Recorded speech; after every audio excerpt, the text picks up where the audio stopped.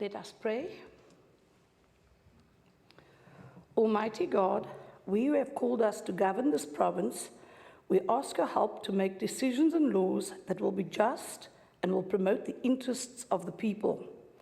Almagtige God, ons bid dat gedurende ons vergaderings ons die nodige wysheid sal gee en ons motiewe suiwer sal hou en dat U ons sal help om ons tekortkominge te oorkom en al ons besluite aan U op te dra.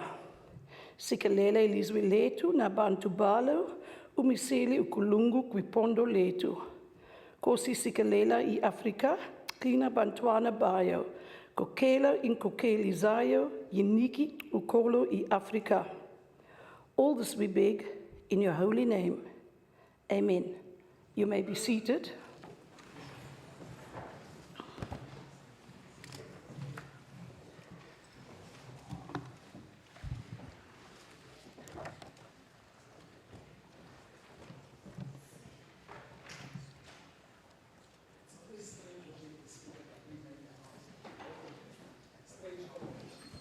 Order. We now proceed to interpellations as printed on the question paper. I recognize the Honourable, the Minister. The Premier. Sorry, Premier.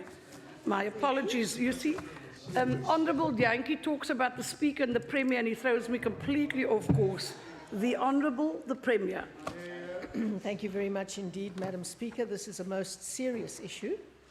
And I reply as follows. As I have stated before in this House, extensive legislative reform that establishes various structures and institutions providing for the safeguarding of children's rights has been implemented since the Provincial Constitution came into effect in 1998.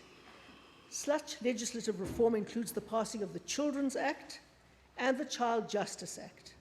The objectives of these pieces of legislation are the following: to provide protection to and care for children, and to provide structures and services for promoting and monitoring the well-being of children, and to reform the criminal justice system to make provision for the protection of vulnerable children and children with special needs. Many of the powers required to be performed in terms of current provincial policy relating to children's issues are now in fact carried out by social workers whose powers are delegated to them by the head of the Department of Social Development. And I would like to come to the role of the Department of Social Development because they inform me that they are addressing the challenge of the sexual exploitation of children through a specialist non-profit organisation that receives funding and implements programs in 3 areas where the issue of child sexual exploitation has been found to be most prevalent. These are instances where children are found at truck stops and shebeens in the company of older male adults and then provided with drugs, alcohol, or money in exchange for sexual activity.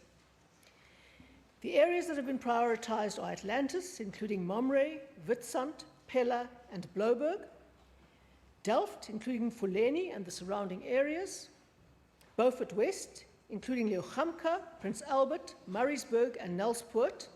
With Beaufort West being a transit area, children tend to be most vulnerable as a result of the truck stops there. The target groups include both girls and boys between the ages of 10 and 18 years. However, it is noted that boys are reluctant to come forward to participate in the program due to the perceived stigma and taboo that is associated with boys reporting sexual exploitation. For 2015-16, a total of 469 children and 360 parents and adults participated in programs that are aimed at preventing and addressing the critical issue of child sexual exploitation.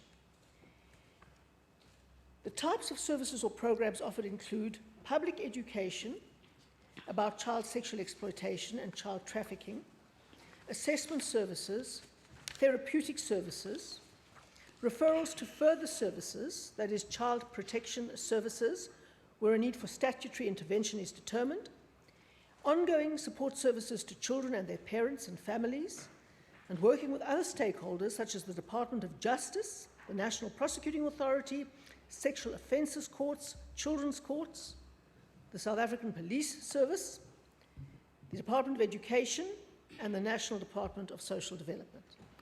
Premier. Your time has expired. Thank you. I now see the Honourable Chacham. Thank you, Madam Speaker. Children's Summit held in 1992 on the 27th May to the 1st of June. That was here in the Western Cape, but it had children all over South Africa. Then, at that time, it was the Eastern Cape, Southern Cape, Northern Cape, Boland, Border, Midland, Southern Natal, Northern Natal, South Orange Free State, Transkei then. All those children, they came to participate and also make their input in relation to the negotiations that were going to take place of CODESA. They addressed their issues and handed their issues and their resolution to the then head of international relations of the ANC, Thabo Mbeki. Article 5 of those resolutions, it says, all children have a right to be protected from all types of violence, including physical, emotional, verbal, psychological, sexual, political, gangs, domestic, and racial violence. All those issues that were raised in that summit, you also see them in our constitution today because they were reflected, they were taken by the leaders who were there consulting with those stakeholders. It also further says that children have a right to be protected from maltreatment, neglect, sexual or sexual trade, abuse, and denigration. In the Western Cape Constitution, Madam Speaker, the Constitution talks of the Commissioner of Children, which must promote, in particularly health services, education, welfare services, recreation, and sport for children, and make sure that all departments, both of the province and of national, are actually monitored to make sure that they implement those actual elements in terms of the Constitution. As it is, Madam Speaker, continuously in the Western Cape, the issue of the Commissioner of Children is still not yet addressed, even though after the process that took place of the public hearings in relation to the amendment of the premiers of the bill. Honourable Chacham, your time has expired. Okay. Thank you. Okay. Thank I you see very the much. Honourable Premier. Thank you very much, Madam Speaker. Yes, I was also there when the Constitution was negotiated, so I know exactly which clauses were put in where and why that was done. But of course, rights have to be translated into reality. And in the first part of my answer, I was explaining how we are translating rights into reality in the Western Cape, which brings me to the Western Cape Education Department's role. In addition, Madam Speaker, the Western Cape Department of Education has indicated that they have no confirmation of any claims of a sex trade in schools, but are very aware of the dangers of sexual abuse of any kind. The Western Cape Education Department deals with the threat of sexual abuse in a variety of ways, including the following. First of all, we have the Abuse No More protocols, in terms of which educators are obliged to report any suspected cases of sexual abuse of children in terms of legislation protecting the rights of children. The Western Cape Education Department introduced protocols in 2001 to provide schools with advice on how to deal with any form of abuse. The department revised these protocols in 2014 following amendments to the legislation. The Western Cape Education Department revised guidelines jointly with the National Prosecuting Authority and in collaboration with a wide range of agencies involved in childcare. The department provided extensive training to schools on the revised protocols. And that's very important because often teachers are the first people who pick up that there's a problem of abuse, and now they are obliged in law to follow up every single case, and they do. If they don't, and we discover that a child was demonstrating some kind of symptom in a classroom and wasn't followed up, that teacher is guilty of misconduct, and we follow these issues up. Social workers, the Western Cape Education Department employs social workers and school psychologists in every circuit. Well, what about Maurice Fransman? The Western Cape Education Department employs social workers and school psychologists Order. in every circuit who will investigate any claims of sexual abuse in collaboration with other agencies, including the police and the Department of Social Development. The social workers advise schools on how to deal with incidents of sexual abuse in line with their Abuse No More policy. Then we have a Safe Schools call centre where learners and any concerned individual at all can contact the Safe Schools call centre for advice or to report any suspected case of sexual abuse of children. Order, please. And may I just give the number? It is 0800 45 4647. Thank you. 0800 45 4647. Thank you, Premier. I see the Honourable Chacha. Thanks, Premier. I must say, Premier, probably, if there are no claims from your Department of Education around sex trade, that also takes place at schools, clearly you will never get anything else from that department. Therefore, you must do something with the person that leads that department.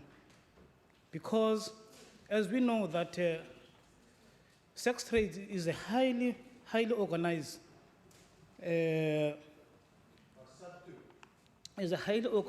not all schools have SAT2. Order. And it is gone to higher levels, particularly in areas where there's poverty is stricken, particularly in areas like Western Cape, where you have the rich and the poor are evidently there. And where you have family breakups, it talks about our province. Where violence, there are other dysfunctional things that takes place, the low levels of job opportunities. I'm talking about our province. All those speak to our province. There's a high level of dropout at schools. You know, if you don't get that from your education department, Premier, I'm sorry, because that's the reality that we are living in. For instance, amongst other things which are so high here in our province, is the actually of the sexual trade also linked to tourism. That is also taking place. I'm not sure that you'll get that from, I hope you'll get that also from your MEC to brief you what has been happening quite long in this province around that, because it is known as a research done that people sexual trained and all other people are also trained here in this province. Honourable Chacha, your time has expired. Thank you. I see the Honourable Winger. Speaker, the matter of child sex trade is a criminal matter that falls within the responsibility of the criminal justice system under the national government. Provinces have no operational control over the police, which is tasked with combating, investigating and preventing crime. So let's look at the national government's track record.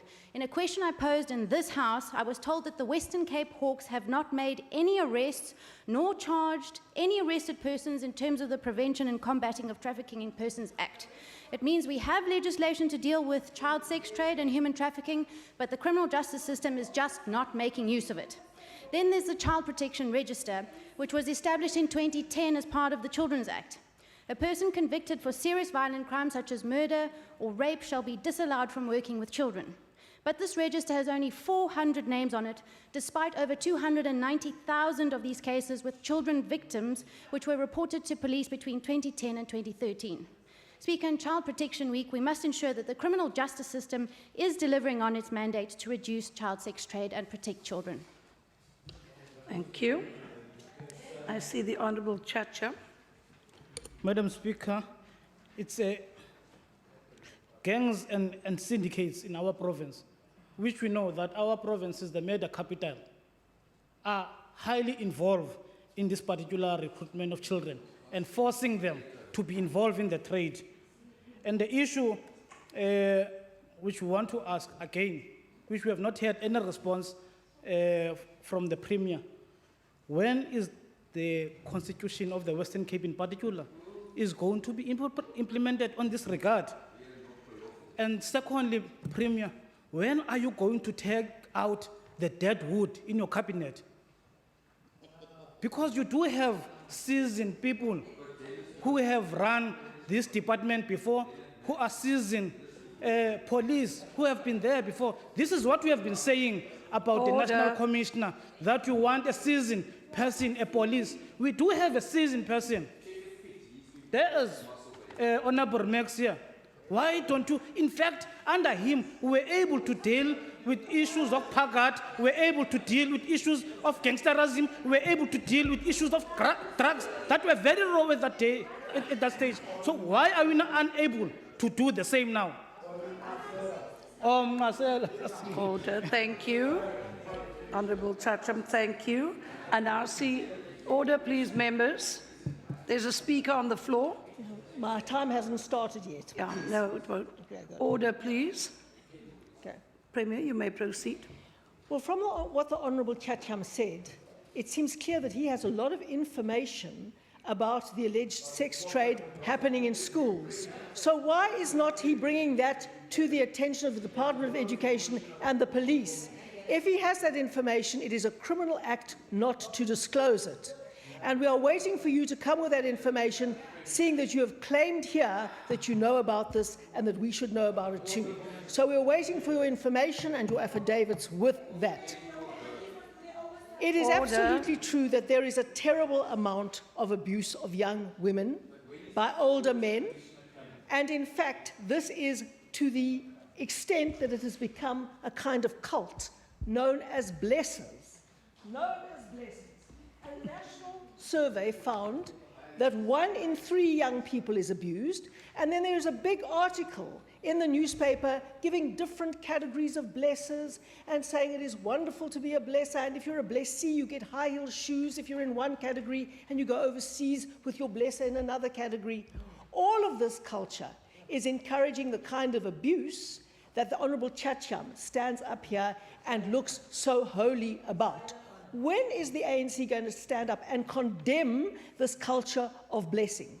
Because that traps young people into the situation and makes it common part of South Africa's culture, which is absolutely unacceptable and results in the level of abuse that we currently have. If the ANC comes here and is so holy about all the work that we're doing here, and I listed some of the things we're doing, could they tell us what they are doing in their provinces? If a children's commissioner was so effective, you would have set up children's commissioners in other provinces, or at least when you were here. Madam Speaker. Order. Madam Speaker, this seems to be the only issue the ANC can raise, but they know where the children's commissioner is in the process.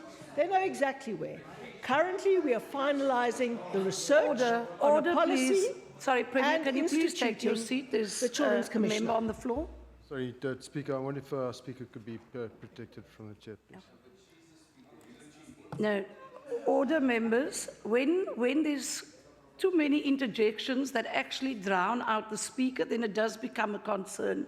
So yes, whilst Premier was on the floor, interjections were allowed, but it got to a point where we couldn't hear each other. So I'd like to ask, we are on channel 408 today. Let's put our best foot forward and let's respect the speakers on the floor as they speak. Premier, you may conclude. Thank you. Thank you very much, Live Madam TV. Speaker. We've had the scandal with SATU and the Jobs for Cash scandal and expose. If they had to do an investigation of the abuse of young people in schools by many SATU teachers, there would be another scandal of monumental proportions. And that is an absolutely critical issue for us to go into. But the ANC has no credibility to do it because Truman Prince after being filmed on television, was re-elected the ANC mayor. They tolerate that kind of behavior, they celebrate it, they call it blessing, and then they come here and get holy in this house. Thank you, Premier. That order, please, members. That concludes interpellation 1. We now move to interpellation 2. I see the Honourable Minister, Minister Grant. Thank you, Speaker. Members, can I please ask that you... Speaker, in answering the question from the Honourable Max whether the continued acts of vandalism of metro rail infrastructure are an infringement on the rights of commuters, and if these acts of vandalism are affecting the economy of the Western Cape negatively, our response is, firstly, commuter rail is the backbone of an efficient public transportation system and is intrinsically linked to the realization of opportunity, whether these are economic opportunities or jobs, socio-economic or recreational activities. Daily, 622,000 citizens depend on the passenger rail network as a critical link in the realization of such opportunity. Disruptions to the commuter rail service have a direct impact, with major disruptions to the service, such as what we have seen in April 2016, having far-reaching consequences, direct and indirect costs, and spillovers into other modes of transport, thereby increasing congestion.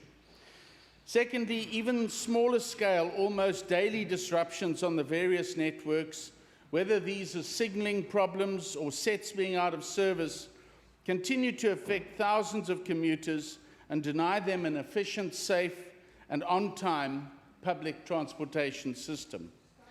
Thirdly, the following 7 negative effects on the economy have been identified.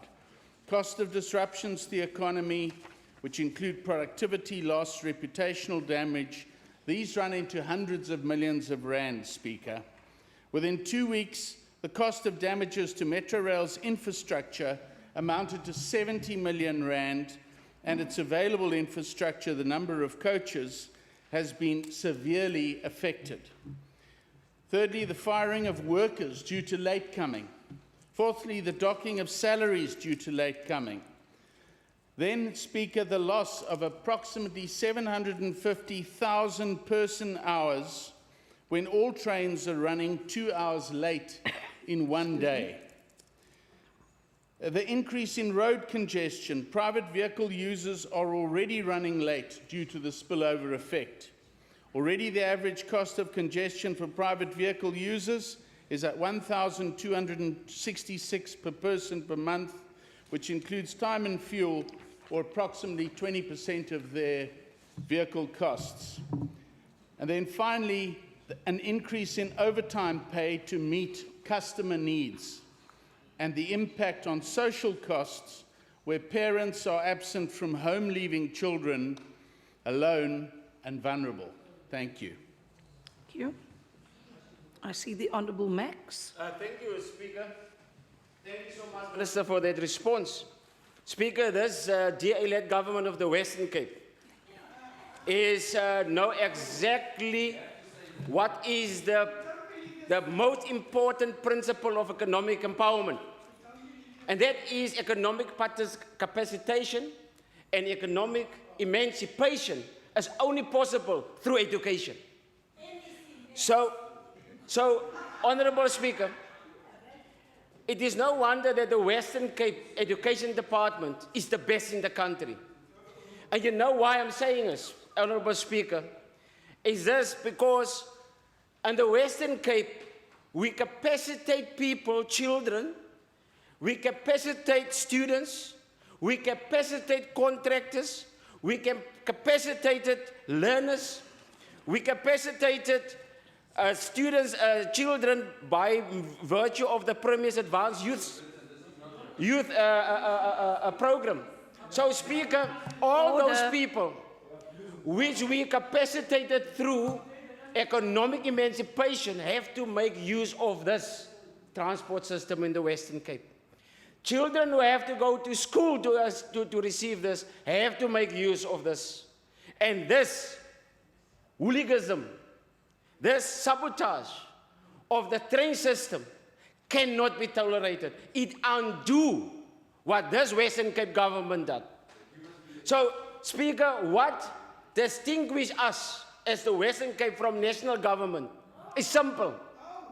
In the Western, there's a saying, an army of deer led by a lion is more to be feared than an army of lion led by a deer. In the Western Cape, we've got a lioness who's leading the pack. At national, we have got a deer. So, Speaker, what I'm trying to say is, let me say, Speaker. Order.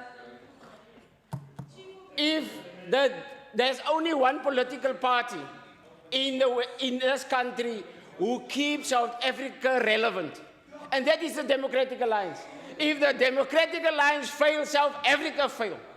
And we will not tolerate that these hooligans who actually burn our trains, who sabotage our railway lines, is going to undo this. And therefore, what is of concern is, according to Mr. Walker, there was a reluctance from the police to investigate it.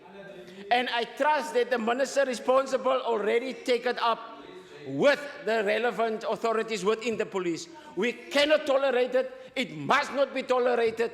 We cannot afford it. Thank you.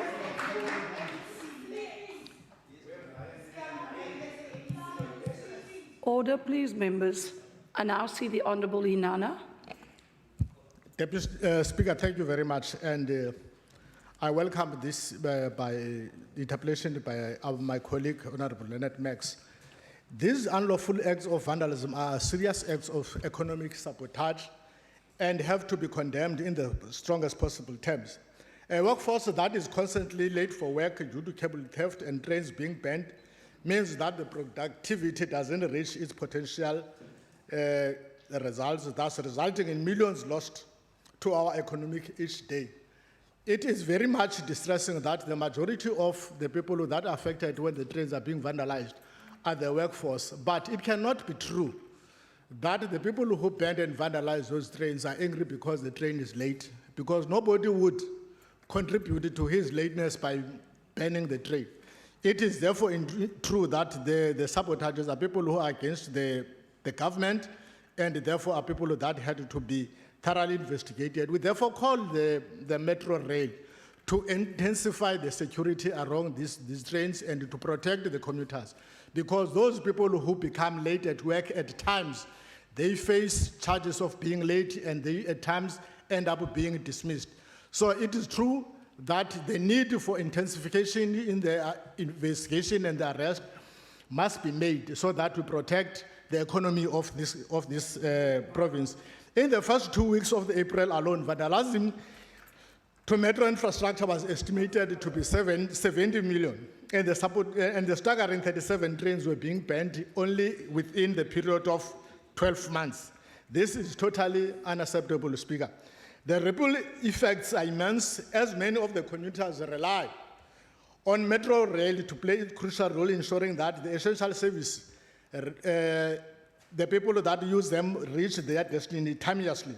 It is not only an economic issue, but it is one that also borders on human rights violations, and those rights of bordering and commuting under safe conditions must be always encouraged.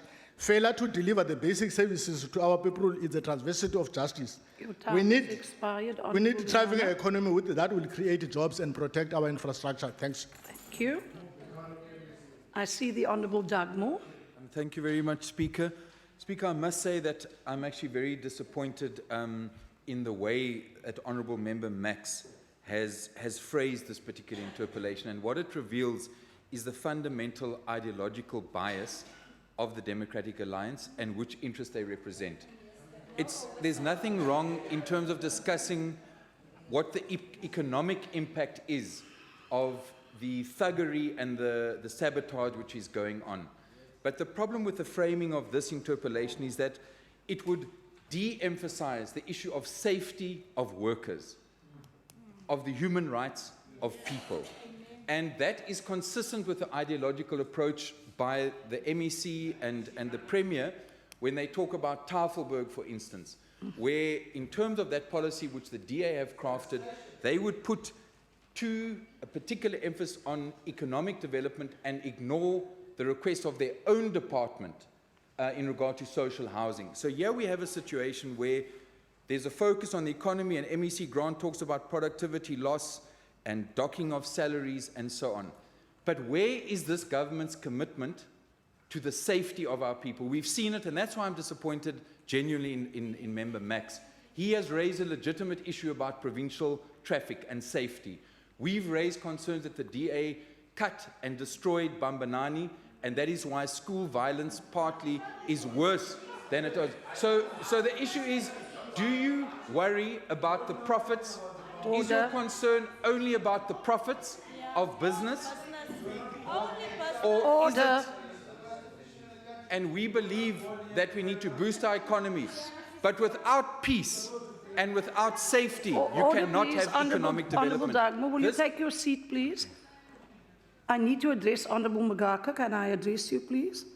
The question that was posed across the floor to the Honourable Wenger, or not the question, it was a statement.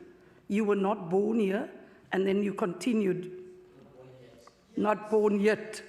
Okay, Honourable Magaka, it is inappropriate to engage in a conversation like that. No. Hold on, please, members. We cannot simply start engaging in crossfire with each other. It cannot be. So we have a speaker on the floor. I'm asking that you respect the speaker on the floor. And to both sides of the House, you cannot engage each other while there is a speaker on the floor. Thank you. You may proceed. I've addressed both sides of the House. You may proceed, Honourable Dagmar. Speaker, may I just address you on a point of order? Is it legitimate for me to ask if you could inquire from the table as to how many seconds I have left? 10 seconds left, I am told, Honourable Dagmar. Okay. So the point is, this is incorrectly phrased because this DA government has not put safety of learners, of commuters, of our people, and that is why this focus is actually misleading and misdirecting the solution. Honourable We need to Dagmar, work your together time to has solve this. expired. Thank you. And now, order, please, members. Let's. This is a serious business we're in. Let's start taking the issues at hand seriously, please. I now see the Honourable Inana. Ndicela nifake le mikhala kwenzela uba ndizawuthetha isiXhosa.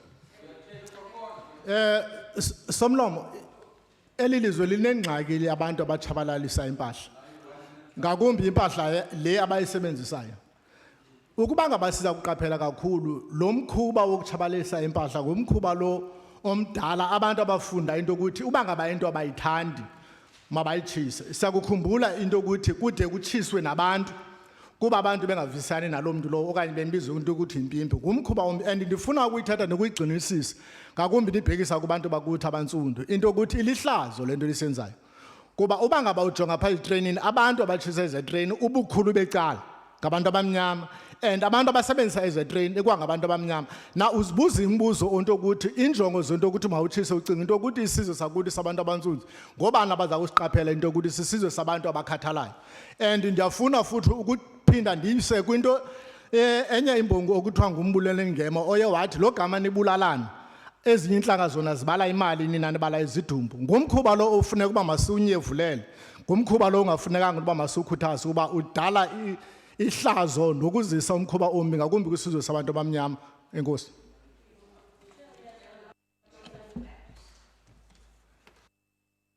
Speaker, thank you so much. Speaker, it seems to me that Member Dagmar's memory is very short. Because, you know, the Premier of the Western Cape, recently, last year or so, she took the steps to the Constitutional Court. She instituted a commission of inquiry. Why? Not because it was just something, a luxury. It is because Member Dugmore say put the people of the Western Cape first. This DA government put the people first. You know, the South African Police Service.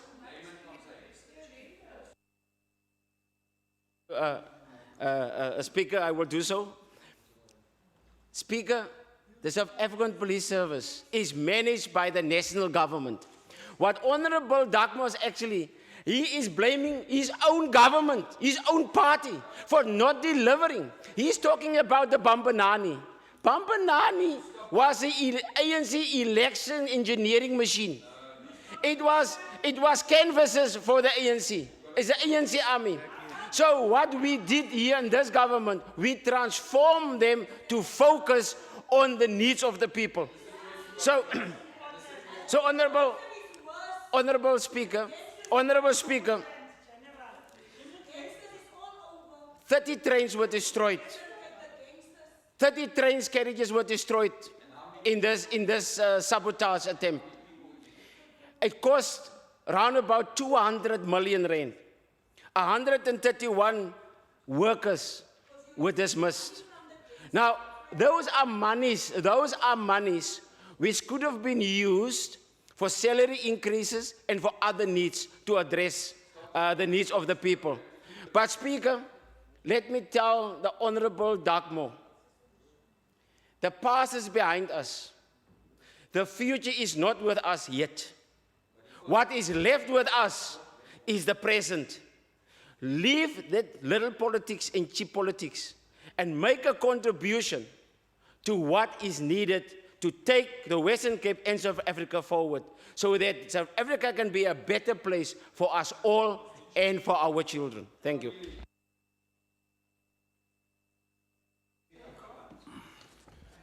Speaker, I wish I had more than 2 minutes to sum up.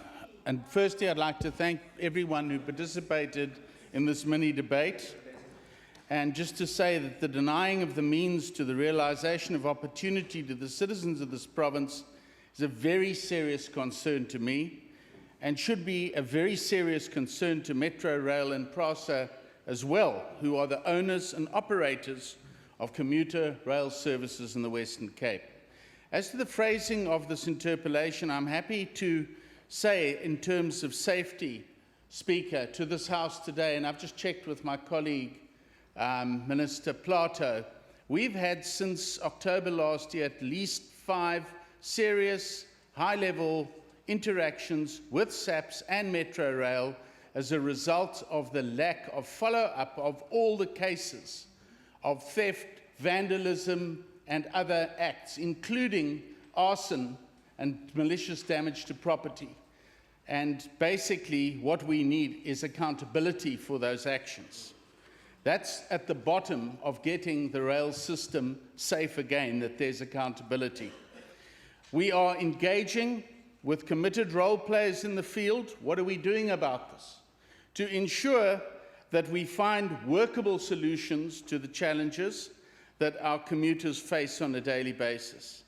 And I've already been on record in this House to say that we are passing legislation, and that work is well advanced. And in conclusion, I want to say that acts of vandalism and of critical transport infrastructure are tantamount to economic sabotage that requires appropriate, timeous, and targeted interventions by the state in all 3 spheres of government to ensure that every effort is made at protecting key enablers of economic activity.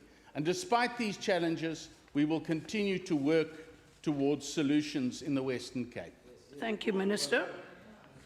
That concludes the interpellation 1. We now move to interpellation 2. I see the Honourable the Minister of Education, Minister Schaefer.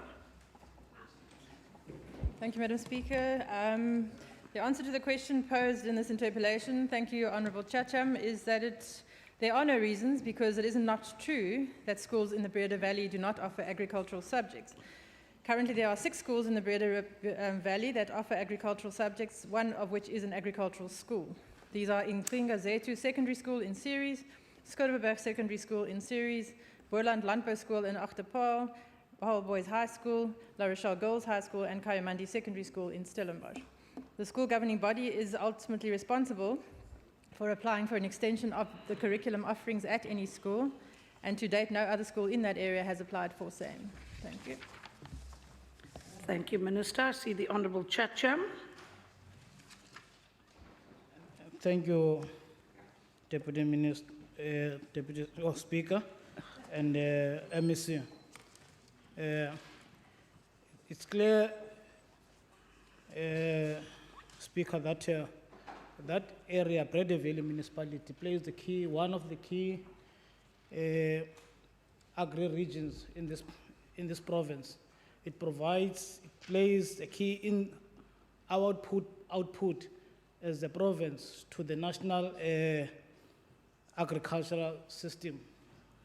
It's very disturbing, Chair, that when we are looking at Brede Valley, in my view, one of the key areas where agriculture plays a key important role, and yet we do not spend time to get our children at the youngest age getting education that they will need to further bring more sustainable work around education, particularly in this area, but also to bring innovation in agriculture around this particular area.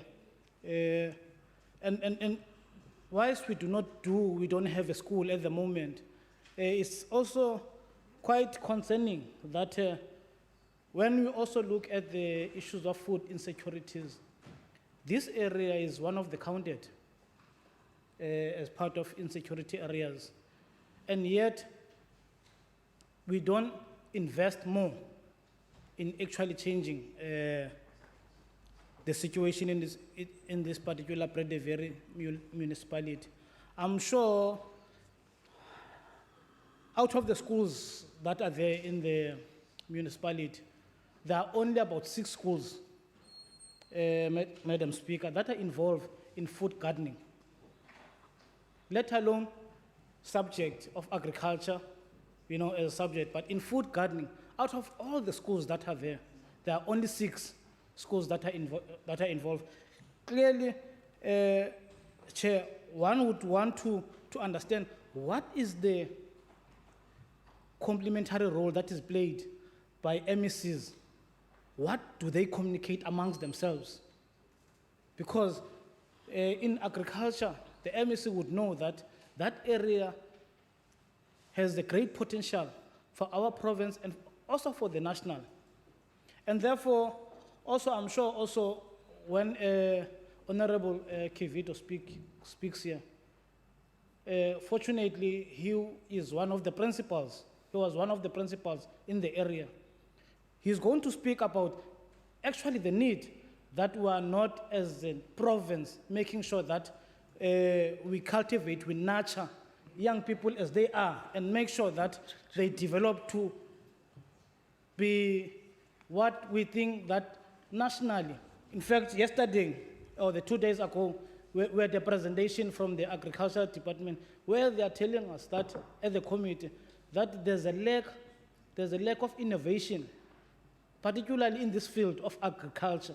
Honourable Chacham, your time has expired. Thank you. Kivido, I see the Honourable Kivido. Honourable Speaker, Honourable Premier and Honourable Chair of the Opposition and members of the Executive, fellow members and the media. Honourable Speaker, I thank the Honourable Chacham for raising this specific issue. It's a very relevant issue. I'm, however, a little bit baffled, my dear colleague, by the fact that he just focuses on the Brede Valley, although we have rural and farming communities throughout the country. But I understand the Brede Valley is the jewel of the Western Cape. Oh, yeah. In this case, one should ask how many schools, if any, offer agricultural science as a subject countrywide. Okay. Breede Valley is not alien to me. You were right. I've been a principal there. I've been executive mayor for 3 years. So I was keeping my feet on the ground. So it places me in a position to endeavor to answer that question. Order, In the please. Breede Valley and environs, this subject has been offered at 2 Worcester High schools until 2001, namely Worcester Seasware in Zwelithemba and Worcester Secondary. In both cases, the offering of the subject has been terminated due to the prospective teachers resigning. And, my dear colleagues, a decline in interest in the subject has also been recorded. It's on white and black. It is there for the taking. In close proximity to the Breede Valley, 2 schools, namely Zetu, Ceres, and Skurbenberg, Kouwe Bokkeveld, offer the subject. It's just oor die berg, op die berg. In the entire Cape Winelands, the subject is being offered at the following schools: Boland Landbou School in Wellington, Paul Boys High and Paul Portable High. A popular agricultural school is Oxburgh High in Glen William, Vredendal. Honourable Kiwido, It needs to be mentioned that agricultural sciences are not offered at any of our tertiary institutions except at University of Stellenbosch. The minimum requirement to qualify as a Honourable teacher in Kiwido. agricultural studies is a BSc with agricultural Thank you. science Your time as has principal expired. major. Thank you. Thank you, Honourable Time has expired. Speaker. I see the Honourable Chacha. Speaker, what one would want to understand from the minister, what is the minister going to do to make sure that we do nurture young children and make sure that the agriculture education is not something that we only do in colleges or universities of Stellenbosch, but we have an opportunity to make sure that we continue to develop what member Kiwido was saying, the jewel there in Breede Valley. Because once we talk of the CRDP nodes that are taking place all over the province, and we continue to neglect the fact that we need more work in relation to young people in that area of Breede Valley. Because what we do have at the moment, what we don't also have, is also more participation of the municipality in terms of making sure that we cultivate young people around this particular goal of making sure that they understand. Because what we don't want to do continuously is to always produce children who are going to be laborers and those who must work for other people to be rich, and those who must work for certain families, rich white families, to continue to prosper, and all of the other communities must actually must go one, unnourished, must two, because though they grow the food, but also the nourishment is there. Also, they are unable to feed their families properly. And unfortunately, Madam Speaker. Your time has expired, Honourable Chacha. Yes. Thank you. Honourable Speaker, I have good news for Honourable Chacham, in the sense that as I speak at this very moment, there are discussions with farmers, private sector, Worcester Business Forum, emerging farmers, as well as the Breede Valley municipality, at a place called Kleinplasie. Kleinplasie, I'll take you there, to implement training in agricultural management sciences, looking at 2 curricular options. The first one livestock or 1 animal via V3 crops. And the second option is 3 crops via, versus 1 animal.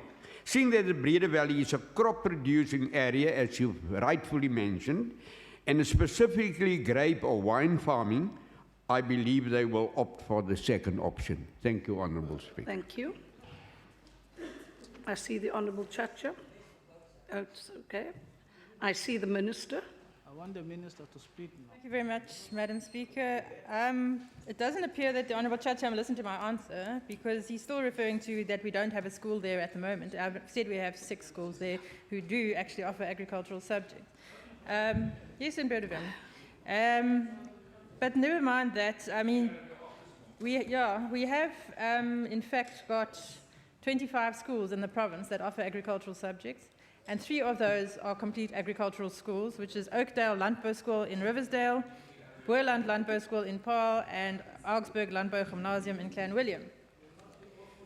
However, food gardening and agriculture aren't quite the same thing. And although that's not my area of expertise, I think I even know that much. However, I do understand, I completely agree that food gardens are important and encourage those wherever I can in schools where they have sufficient land available. And as far as innovation is concerned, we in fact just met about a week ago with an organization who wants to help us establish more food gardens in schools using hydroponics with a view of actually making vegetables and fruit available for sale as well to try and make them self-sustainable. So it will teach them valuable life skills as well as using it for school purposes if they wish, as well as being able to sell it and teaching them entrepreneurial skills. So we certainly are onto innovation in the province. We also work very transversely with other departments in this government, particularly economic opportunities. We're working with the skills game changer, particularly to ensure that our young people are upskilled and that their skills that they're learning in school are aligned with the needs of the economy. And importantly for agricultural science is obviously maths and science subjects, and we have a very definite focus on increasing the numbers of learners who are taking particularly pure maths in schools, as well as science subjects. So we are very much involved in trying to ensure that all our learners have the available opportunities in life. Of course, people also have to want to take agricultural science, but for those who maybe don't know it, I have also put a very big focus on better career guidance at schools, and we have certainly improved over the last few years with making available information to learners at schools as to what careers are out there for them to participate in. So I think we are quite covered, and we really are working very hard to ensure that all our learners have opportunities available to them. Thank you. Thank you, Minister. Your time has also now expired. That brings us to the end of interpellations. We proceed with questions on the question paper for oral reply. The first question, I believe, will stand over. Second question, Honourable Inana to Minister Grant. Minister Grant. Thank you, Deputy Speaker. In response, the answer to the question is yes. It has been brought to my attention that abalone and illegal substances are being transported on our road network by means of public transport, such as long-distance buses and taxis. These are examples of confiscations of illegal substances transported on public transport vehicles detected by provincial traffic. Firstly, on the 24th of July 2010, on the N1 near Caledon, took to the value of 2.8 million rand. On the 18th of January 2011, on the N1 near Beaufort West, heroin and mandrax, 6,106,300 rand. Just a correction, Speaker, I see 24th of July, that's obviously N2 Caledon, not N1. Then thirdly, on the 20th of January 2011, N1 near Beaufort West, cocaine to the value of 19 million rand. On the 24th of February 2011, on the N2 Neisner Dacha, 56,800 rand. And then on the 16th of October 2012, on the N1 near Worcester, mandrax to the value of 88,000 rand. Deputy Speaker, provincial traffic, in dealing with the second part of the question, what mechanism is in place to curb the smuggling, provincial traffic has regular load roadblocks on all provincial and national routes and maintains a high level of visibility in order to curb road transgressions and offences such as these. Traffic officers have been instructed to search all vehicles, including public transport vehicles, for the transportation of illegal goods when these vehicles are stopped for weight measuring at weighbridges. the follow-up. Honourable Inana. Deputy Speaker, thanks, MEC. In the subsequent investigation of these smugglers and pegglers, has it been found that there is a correlation between the people who use these abalone and drug substances with the drivers? Because anything that enters the bus or the taxi has to be known by the driver, so that if there is a roadblock, everyone must be accountable for the parcels. That is the investigation linking the peddlers with the drivers as well. Deputy Speaker, in response, these matters normally, and I think the example that the Honourable Hinana is referring to is possibly a separate case which is being investigated of a long-distance bus which was caught in Somerset West. And if that is the case you're referring to, that matter is under investigation. And wherever public transport vehicles are involved in transporting of unlawful poached or smuggled material, and creatures can have then these companies can have their operating licenses withdrawn by the PRE after the holding of a Section 79 hearing. That's, of course, independent, Deputy Speaker, to the criminal case which would follow in the course of the normal SAP's duties. Honourable Dugmore, a follow-up. Thank you, Deputy Speaker. I'd like to ask the MEC as a follow-up question if he could indicate to us, in terms of his reference to roadblocks, which particular roads has the department focused on in regard to setting up roadblocks to deal with the particular problem raised by the Honourable Hinana? Minister Grant. Deputy Speaker, these roadblocks are normally at key points. We collaborate with SAPs, and I'm very happy to say that there's very good cross-pollination between SAPs and ourselves with regard to intelligence, particularly along the known smuggling routes where it comes to issues like abalone, or lobster for that matter.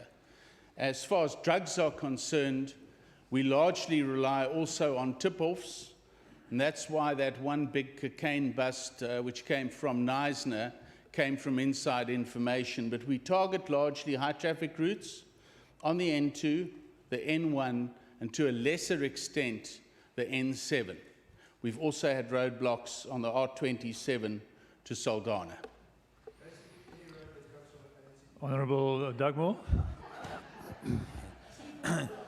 Chairperson, the Chief Whip should realise that abalone comes from the sea, mainly in the Western Cape. But I would like to ask, the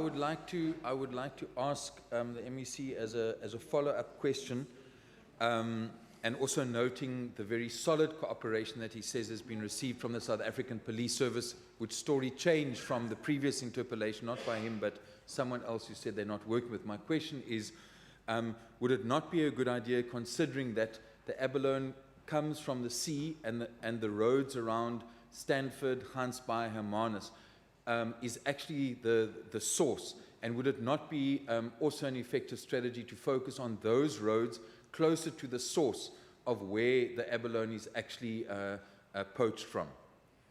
Minister Grant. Speaker, I feel I'm back in my former life where we were involved, with the green scorpions, trying to deal with lobster poaching and abalone at that time. I'm very well aware of where those issues are poached. And obviously, we look at evidence-based practice in this government, and we also link with people where you are obviously going to have to ship those goods. And that's largely through the Port of Cape Town, as well as Johannesburg. So a lot of these busts, if I could call it that happen, are on the route to OR Tambo or to Cape Town Harbour or Cape Town International Airport. But yes, you are correct, Honourable Dugmore. I will take it up with our traffic authorities to see if we can maybe catch them closer to the source, because it's quite apparent that about 40%, from what I hear, are fined just through routine inspections, as opposed to tip-offs which come and which need to be coordinated not only with our own provincial traffic resources, but with municipal resources as well, for example, in George or other towns along the Garden Route on roads which can link up to our Tambo Airport. Most of these smuggled goods are fresh goods, and they've got a shelf life, and they need to be flown out the country to get to their destination, or they basically are frozen and sent by sea freight. Honourable Wiley, the last opportunity. Deputy Speaker, can the Honourable Minister confirm that in one of these big drug busts, it was found in a car branded ANC and driven by an ANC party organiser? Deputy Speaker, yes, that's only one example. Thank you, Minister. We then proceed to the next question. Question 4. Honourable Max again to Minister Grant. Minister Grant. Sorry, it's question 3. My apology. Question 3. Deputy Speaker, I'd like to thank the Honourable Max for his question. Order, just 1 second. Honourable. I just want to ask, is it procedural that an MEC responds to a question when the asker of that question is not actually present in the House? Honourable Nana was in the House present. No. This Deputy Speaker. Are we getting to number 3 now? I think, aren't we on Yes, number 3? so there's no obligation of the asker to be present in the House. The asker can be But you absent. think it's actually quite unacceptable conduct? That's a subjective view, quite but slack. there's nothing in the rule book prohibiting it. Honourable Grant, you may continue. Thank you, Deputy Speaker. The answer is yes, subject to the COE cap being lifted and funding being secured. And the second part of the question, yes, as specifically provided for by the Provincial Treasury in the 2016 budget process. Speaker, then I have a list of, it was asked what the relevant details are. I can certainly give it to the Honourable Max, but I have a list of some 30 posts here, which basically are not filled yet in my department, and I will pass that on to the Honourable Max. Thank you. If there's no objection to that. Honourable Dugmore, is there a follow-up question? Thank you, Chair. In the absence of the person who asked the question, I would like to ask as a member of this portfolio committee, if the MEC can be more specific and actually tell us when these 30 posts that he refers to and which he will provide the information to us will actually be filled. The dates, when will they be advertised, and when is the likely date by when these posts will be occupied by warm bodies? Thank you. Minister. Deputy Speaker, I cannot respond definitively because these are various disciplines within my department, and they're not all Cape Town-based posts. They are on traffic engineering, structural design, pavement technology, contracts maintenance in Eden, road maintenance in Winelands, immovable asset management, general infrastructure, electrical services, quantity surveying services, and then in metro education regions, there's our engineers, and then there's an architect in the Eden, Karoo, Winelands areas, architectural services for health, there are 2 posts, community health centres, clinics, a chief engineer, grade A in the Winelands, hospitals, the Metro East and West, and then property acquisitions, a director, which is a head office post, and then a special task team. Speaker, we also in my department have to rely on the CSC to basically do all the advertising and processing of these filling of the posts, and that takes some time. My department does the shortlisting and then the interview process and hands it back. And I'm not sure offhand, but if my memory serves me correctly and from experience, that process can take anything between, depending on the response, of course, between 3 to 9 months to fulfill that process. Thank you. We then, Honourable Mogaka. Honourable Mogaka, second opportunity. Okay, no, I just wanted, I don't know whether this question is relevant to the B section. B means the second part of the question. I wanted to check if the freezing of the previous consultants that were removed from the department, is there any replacement in the form of employment or perhaps of other people from the same department? Deputy Speaker, the question relates to employees and not to consultants. But I just want to say to the Honourable Gaka that we're doing our best to limit consultants because of the outside cost and to row the boat with the oars that we've got. Honourable Dugmore, you wanted to use the opportunity? Yes, Chair. If I could just ask the MEC whether he would be willing to not only provide the list of those posts that he referred to, but also outline the timeline in regard to when those posts will be advertised and filled. Minister. Deputy Speaker, I'm very happy to do that, to share it with Honourable Dugmore and also with the Honourable Max. We then proceed to the following question.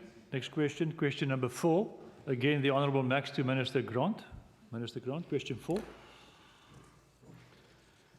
Thank you, Deputy Speaker, and thank you once again to the Honourable Max for the question. In response to question part A, the current minimum appointment requirements for a provincial traffic chief is as follows. Firstly, relevant tertiary qualification, a 3-year diploma or degree or equivalent. Secondly, a minimum of 8 years traffic law enforcement, operational experience. Thirdly, 3 to 5 years supervisory experience. Fourthly, 7 to 10 years working experience in the field of traffic law enforcement. Fifthly, a valid code EC driver's license. And then finally, no criminal record. In terms of part B of the question, 5 of the 7 permanent appointed traffic chiefs have the required minimum qualifications. 2 traffic chiefs do not have the necessary qualifications, but were appointed before 2008 when these minimum requirements were not laid down. Thank you. No follow-ups there. We then proceed to the next question. Question number 5, I believe, also stands over. So we go to question number 6. Honourable Ace to Minister Schaefer. Minister Schaefer. Thank you, Mr. Deputy Speaker. No schools are planned for Sonskyn Valley in Mossel Bay. This is a small community that has been developed on the outskirts of Hartenbos. Before consideration would be given to the development of a new school in the area, expansion of existing schools will be considered. The closest school is Hartenbos Large School with 970 learners, including grade R and pre-grade R. In terms of long-term planning, the WCED has indicated the development of 2 new schools in the broader Mossel Bay area in its 10-year planning framework. No sites have yet been earmarked for these developments. Honourable Ace, you will follow up. Thank you, Honourable Deputy Speaker. Thank you, MEC. What's the capacity of this Hartenbos school? I believe it's up to capacity.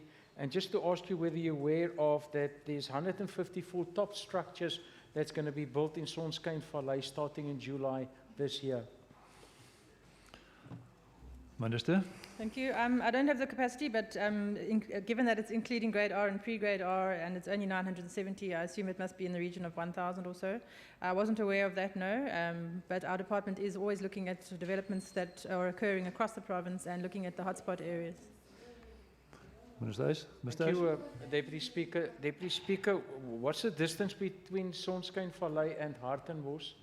And do you provide public or transport for the learners to Hartenbos School? Minister Schaefer. I have not got the distance between the 2 schools, but as you are aware, any learners who are travelling to a school and who live more than 5 kilometres away from the school qualify for learner transport. If they are further than 5 kilometres away and are not receiving that, please will you let me know and we will look into it. Yes, they're not getting transport, of course. Deputy Speaker, you said it's a very small community. What's the size of the community of the learners? And of course, if it's a small community, you must understand what is the learners that's possible going to school in that community. You must understand that, of course. This is a really new question. I mean, I really don't have details of the size of the entire community, but I rely on the information I receive from my officials who have advised that this is not a hotspot in relation to the entire province and the extreme pressures that we face throughout the province in various areas. Honourable Ash, your last opportunity. Thank you, Deputy Speaker. Deputy Speaker, this came to the fore when we visited, the NCOP visited Sonskyn Valley, and thank you to the MECs who attended. Why did you not attend this very important NCOP visit to Sonskyn Valley and addressing the province there? Order. Honourable Minister, if you want to respond to that one. I'm quite happy to respond to that because I was attending the one in George and I can only be in one place at one time, I'm afraid. Thank you. We then proceed to the next question, question number 7. Honourable Chacham to Minister Plato. Minister Plato. Thank you, Deputy Speaker. The reduction of gang violence remains a top priority of not only the Department of Community Safety, but for the whole of the Western Cape government. The community of Manenberg has for a number of years been one of the gang hotspot areas. Our interventions are to be considered from two perspectives. The first being the strategic cooperation with law enforcement agencies, and in particular the South African Police Service and State Security Agency. In this regard, my department made inputs to the new National Anti-Gang Strategy that was drafted by the National Intelligence Coordinating Committee and which is to be tabled at the Justice, Crime Prevention and Security Cluster Cabinet Committee during June 2016. We are working closely with the Office of the Western Cape Provincial Police Commissioner to draft a comprehensive and interdepartmental implementation plan in support of this new National Anti-Gang Strategy. The Cabinet Bosberaad of May 2016 has already decided that the provincial coordination in support of the National Gang Strategy shall be placed within the provincial strategic goal to improve education outcomes and opportunities for youth development. The department has furthermore worked closely with the City of Cape Town in the establishment of the Stabilization Unit, who are deployed mainly in Manenberg under the auspice of the Metro Police Service. An amount of 10.2 million rand have been provided for within the MTF period to strengthen and expand the work of this successful anti-gang unit.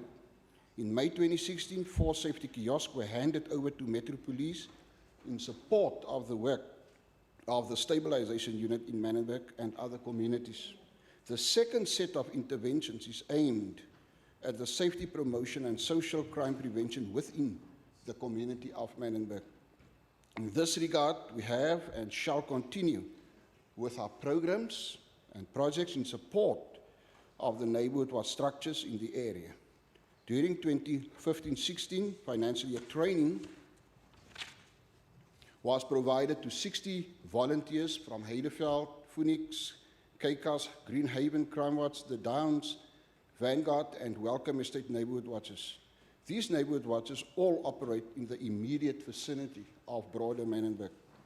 For the same period, the neighborhood watch structures were provided with equipment in the form of 65 pairs of boots, 13 torches, and 21 bicycles. We also continue to work closely with the community police forums and other structures in the area, and have made funding and training available to them via the expanded partnership program. We also continue to recruit youth at risk within Manenberg to participate in our Chrysalis Youth Development Program and the Youth Work Program, which equips such youth with 3 months intensive training and 9 months work placement. We continue to assist also FET colleges in recruiting students in at-risk areas. And here we focus primarily on students or learners involved or youth involved with drugs and gangs and so forth. We also conduct watching briefs over many of the gang-related cases in court and continuously report to the Provincial Commissioner and the Standing Committee on cases of poor policing. In this regard, we are supported by the Office of the Western Cape Police Ombudsman, who attends to complaints from communities about poor police services. We have furthermore established important partnerships, agreements with a religious fraternity within Manenberg to provide youth with diversion activities and programs during the school holiday period. During 2015-2016 financial year, a total of 5 such partnership agreements were signed, which benefited a reported 900 of children from Menenberg. In addition, during 2015-16, I have personally conducted 4 walkabouts in Menenberg in partnership with the South African police, community structures like the CPF and local neighborhood watches. The drug problem and availability of guns in our communities remain a major concern. As a whole, we must find ways to stop the flow of drugs and availability of guns, which so often fuel the gang fights, as they are closely linked to the drug trade. For years now, we as a whole, as a government, police, and communities, and as a collective, struggle to find the necessary answer. Our support to the stabilization unit and its subsequent success is evidence of what effect police or specialized police units can have in a particular area. And we're asking for these units since 2011 to be reinstated, and it is not done as yet. And we believe the reinstatement of the specialized units can help to tackle the scourge of gangsterism and drugs on the Cape Flats. I hope that the new gun and drug specialized units under the Hawks, as announced by President Jacob Zuma, are able to have success on a larger scale. The questions about Menenberg are also applicable, Speaker, to other areas on the Cape Flats affected by gangsterism and drugs. I thank you. Honourable Chacham, follow up. Thank you, Deputy Speaker. In light of the heightened violence that is taking place, indeed, in most of the Cape Flats areas, what has the Minister done in relation to work in relation to the Constitution of the Western Cape, Chapter 8, Section 66, 1D? What have you done to make sure that there is good relationships between the community and the police? Because some of the problems which have taken place in these areas is because there is no that interaction. 2, we have been told that there's also distrust amongst the members of communities or the police in this relation. What have practically, so that we don't talk about the paperwork that has happened, you know, so that we tick boxes that this paperwork has happened, this legislature has been done or not done. What practically are we putting in place? What programs can we talk to that are really opening between the police and the community at the moment? Speaker, thank you for the follow-up question. A lot is happening currently on the ground in many areas across the province, specifically in the gangster-stricken areas on the Cape Flats. I think our programs in many of the communities speaks for itself. I've raised a couple. First of all, the relationship with the South African Police Services is a sound relationship. We're working very closely with them. Even last week, even during this current week, on my walkabouts, my meetings in many communities at community halls, SAPS is always present. They walk with us, they address the issues with us. Even with regard to our programs, our FET College initiative to lure the gangsters, the youth gangsters, away from gangsterism. I think I have reported in this house already just last year, we managed to draw just over 6,500 such youngsters away from drugs and gangs and put them into FET colleges for them to better their lives. And that process is continuing. It is currently happening as I speak. Our other diversion programs with partnerships with a religious fraternity, that is also ongoing. For the upcoming now, the June-July holiday period, we've signed agreements with already a couple of the religious sectors out there to keep the youth busy. And that will also continue. And in Menenberg, I did mention to you a figure of just over between 900 to 1,000 we kept busy over the December-January holiday period. So that is just some of the interventions. Our walking bus initiatives in many of the communities, also with the SAPs, with our structures such as neighborhood watches and CPFs, is ongoing. The main issue, Speaker, what we do not have control over is to stop the flow of drugs, to stop the guns, to confiscate the drugs, to confiscate the guns, to take a case up to the level of the courts. That is primarily the task of the South African Police Services.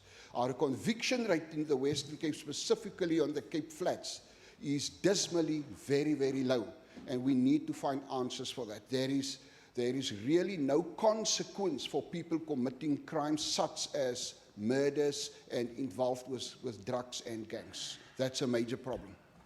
Honourable Wenger first. Thank you, Deputy Speaker.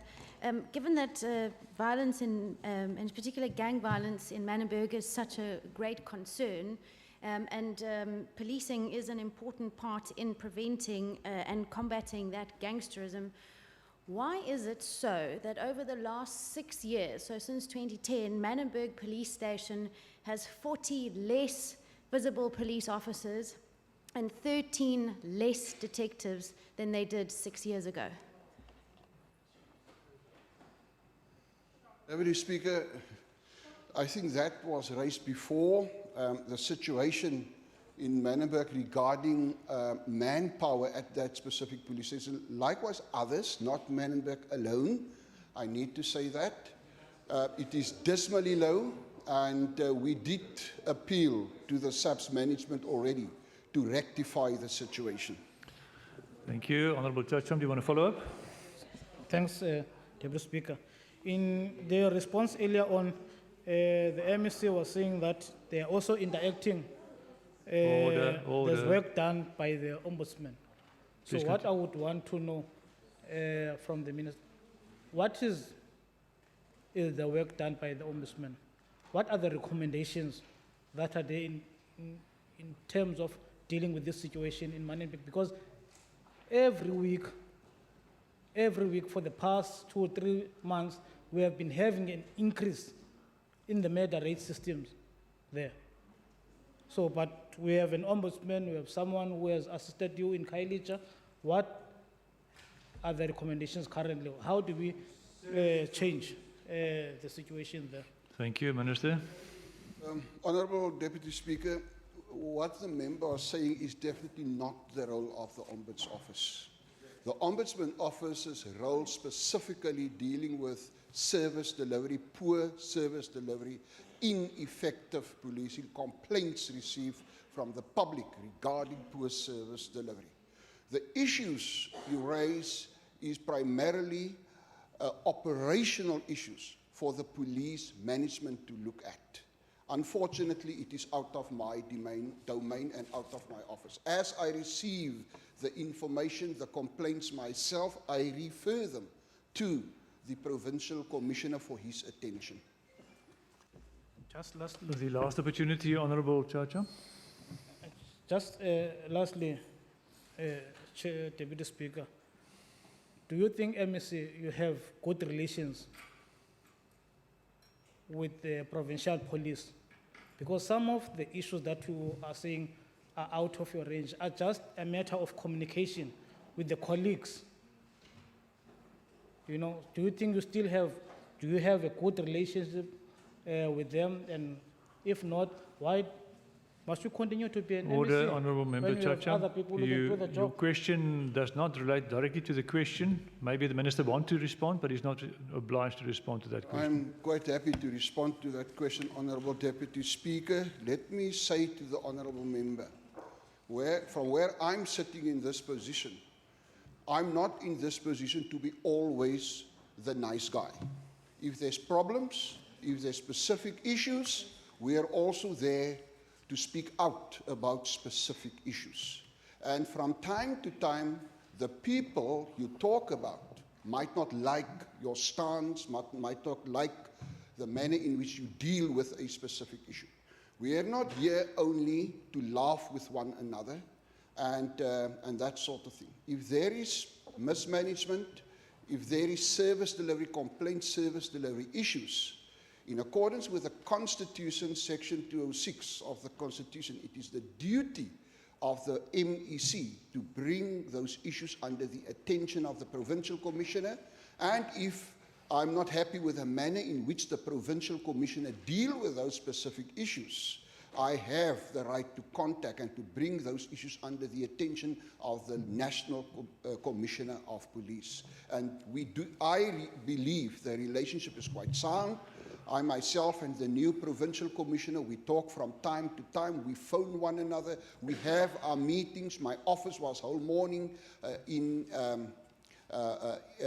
talking to the Provincial Commissioner's office on various policing matters. I believe it is a sound relationship, but if there are specific issues and we raise it, it doesn't mean that the relationship is not sound. Thank you, Deputy Speaker. Thank you. We move on to question number 8. Honourable Chacham. Honourable Chacham, again, your question to Minister Schaefer. Minister Schaefer. Thank you, Deputy Speaker. 246 schools are provided with the minimum security measures, which are appropriate fencing, burglar bars, security gates, and an alarm linked to armed response services. The alarm is the first line of defence against would-be burglars. 1,245 schools, as per the completed safety committee templates, are also encouraged to, in line with the third prong of our strategy, forge partnerships with the Neighbourhood Watch, community policing forums, and especially the community that lives in close proximity to the school. Schools are further encouraged to liaise with their local police station to do periodic patrols. Every school is linked to a police station as part of the protocol between SAPS and the DBE. 1,245 are currently linked to a station as per the completed school safety committee templates. Armed response companies are also requested to do more frequent patrols, as we believe that visibility of law enforcement is a good deterrent to would-be vandals and burglars. Every school safety committee, which every school is supposed to have, was required to complete a safety audit. We then supported 246 schools with target hardening security mechanisms in 2015-16, which includes security gates, stone guards, in line with the Directorate Physical Resources norms and standards, raising or reinforcing of low fences with razor wire. Apart from target hardening security mechanisms, we, on request from the schools, implement developmental programs. Developmental programs include life skills for learners at risk to prevent possible problems or cope better with existing situations related to teenage pregnancy, sexuality, sexual abuse, drug abuse, gender inequality, gender-based violence, bullying, HIV and AIDS, racism, and other social problems. In 2015, 5,140 learners, 49 educators, and 120 educators participated in holiday programs, whilst 2,348 learners, 57 educators, and 19 parents participated in after-school programs. Safe Schools Unit trains educators and learners in conflict management and mediation, which assists with the management of discipline. Each year, the primary focus is on the 50 core schools. School safety committees and SGBs, which include the learner components in high schools, also receive training in occupational health and safety. This includes training in first aid and firefighting, as well as the development of safety and evacuation plans. 156 schools were trained during the first quarter of 2016. Apart from these measures, other proactive measures that are taken to make schools safe and resilient are the deployment of holiday security at specific schools. In 2015-16, on average, 410 schools per quarter received holiday security. The security is deployed from 12-hour security to 24-hour stationary shifts. The strategy is determined by the categorization of the school based on SAPS and Safe Schools call center statistics. We operate a Safe Schools call center, which schools can access on a toll-free number. The call center, depending on the call, will ensure that the school is supported by the relevant emergency agency and receive information of psychosocial support. The Safe Schools call center received 2,120 calls during the first quarter of 2016. The most effective strategy is to involve the community, who become the custodians of the school during school holidays, weekends, and on other days, by informing the law enforcement agencies and the school principal of illegal entry onto the school premises. The principal is responsible for the implementation of the school's code of conduct at all times. Search and seizure exercises are also performed at school level where it is necessary and requested by the school, but is dependent on cooperation from SAPS. 23 schools requested search and seizures during the first term of 2016, and items found on the learners include knives and dacha. So the answer to the question is we are doing quite a lot to ensure that we have safe school premises and environments. Is there follow-up, Honourable Chacha? Yes, Deputy Speaker. I just want to take one case which I believe the department has been following. It's in relation, I'm not going to give the name and the school because of the minor. It's about the boy who has about 80 transgressions. And those transgressions relate to either teachers or the pupils of that school, to the extent that we are told that some of the pupils at that stage were not going to school because of the fears. You might have seen the report either last month around this particular issue. So one would want to know what the minister has done to actually alleviate and change the situation, because if it continues, it means that there are many dropouts that we are going to have in that particular school. Is there a proper counseling process that has taken place, and what is happening with the boy? If the member wants to know an answer on a particular case, I would appreciate it if you ask that particular question. The matter is being investigated, but as you will also appreciate, when it comes to learners, the action has to be taken by the governing bodies, and very often that is where we have problems, because the department can't force the governing body to take action against the learner. I do know the case you're referring to, and I believe there also were more circumstances to that case than actually were reported. The matter is under investigation, so I cannot say anything further at this point. Honourable Olivier, second one. Thank you, Deputy Speaker. Minister, listening to your response, and given the fact that a couple of days ago, teachers organized a symposium, and at that, the outcome really was that teachers feel that they are not safe at schools and not threatens, but is opting to leave the profession. Don't you think that the department has a bigger role to play to assist governing bodies in ensuring that teachers are not leaving the profession? From what I'm hearing from you is that it is the responsibility of the governing bodies and the principal to implement whatever there is. But in this event where teachers is at the point of saying they want to leave the profession, don't you think that your department needs to intervene urgently to assist and to ensure?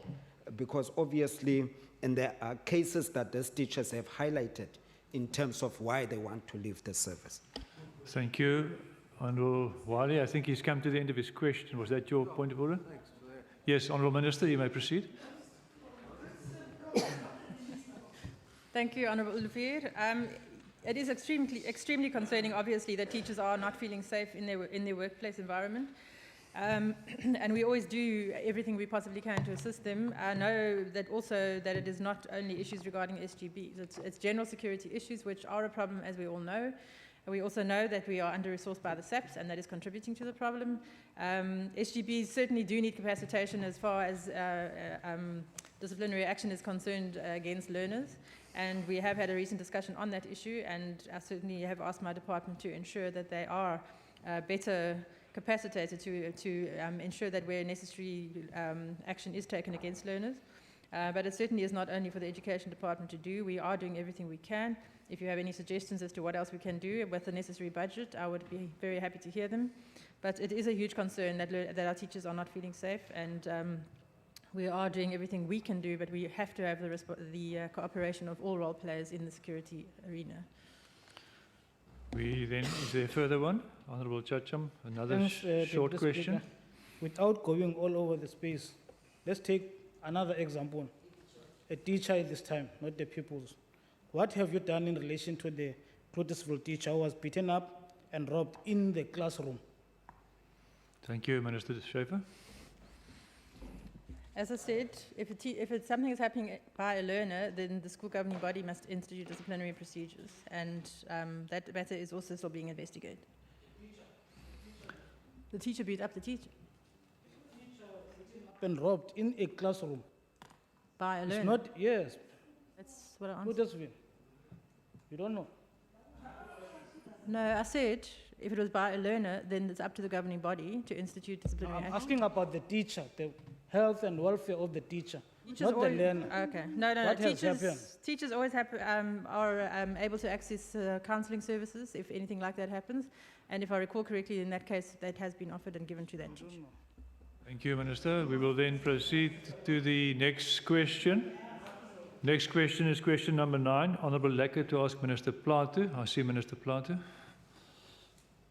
Speaker, thank you, and also to the member for the question regarding Browns Farm, Samora Marcel, and police stations. The need for the construction of a new police station at Browns Farm is indicated on the capital works priority list of the province as priority number 6. The need has not yet been encompassed on the National Annual Performance Plan, or called the APP. The construction of a new police station at Samora Marcel Weltevreden was encompassed on the National Annual Performance Plan. It was scheduled for site clearance during the 2015-16 financial year, but all efforts to secure a site for this purpose had been unsuccessful. Planning and design was scheduled for the 2016-17 financial year, but this cannot proceed at present due to the unavailability of a site. No land has been procured for both areas as yet. But Speaker, it is, however, necessary to stress that these communities most in need of well-resourced policing services cannot be appeased with promises in attempts to calm protesting residents. I requested timelines for the 3 stations promised to be erected, fully staffed and operational. To date, I have yet to receive any information. A similar promise of a mobile police station for the Brownsfarm area was made by the former Provincial Police Commissioner, Mr. Lamour, in October 2012, when he announced that a new mobile police station would be opened in the area soon. Most recently, according to Lieutenant Colonel Norman Josephs, as per various media reports on 22 April 2016, a fully fledged police station was on the cards for the Browns Farm area to assist in ensuring that the people of these communities receive the quality safety service delivery that they deserve. I have already engaged the Department of Public Works and the City of Cape Town to assist the South African Police Service in finding a suitable site for a police station. And I await their feedback. Thank you. Honourable Wenger. Thank you, Deputy Speaker. I'd like to ask the Minister whether he would consider adding to that request for the timelines also an undertaking from the South African Police Service that when those stations are built, that the requisite number of additional police officers will be secured for those stations, so that we don't have a situation like Mitchell's Plain, where it was a case of robbing Peter to pay Paul, where officers from Mitchell's Plain were simply transferred to Lentegeur when that was opened. Minister. Deputy Speaker, I note the request from my honourable colleague. I find no problem in making such a request to the Provincial Commissioner. Thank you. I see the Honourable Gillian for the second supplementary question. Thank you, Deputy Speaker. I need to know from the MEC regarding the land issue for a site for these police stations. When did he make contact with the different departments and the City of Cape Town? And when is he expecting an answer back from them? Because what is important is if this is planned for, we can't plan without having the available land.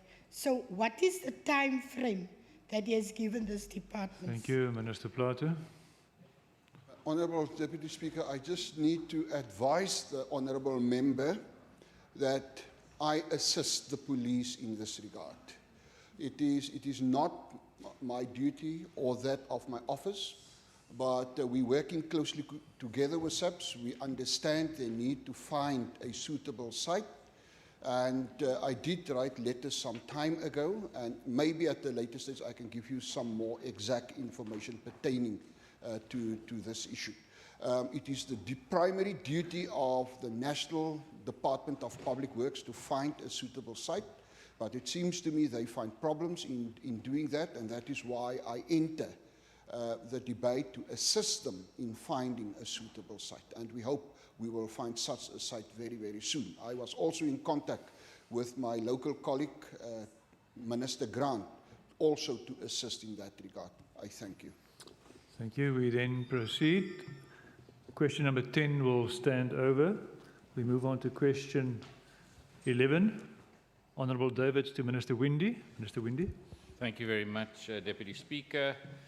Thank you to Honourable Davids for the question. The purpose of the Comprehensive Agricultural Support Programme is to provide effective agricultural support services to promote and facilitate agricultural development, and these are by targeting beneficiaries of land restitution and land redistribution and other black producers who have acquired land through private means and are engaged in value-adding enterprises. The Department adopted a commodity approach in 2009 and has followed this ever since. This is an arrangement that draws in multiple spheres of government and the private sector, each understanding their unique roles, working from the same plan towards achieving the same outcome.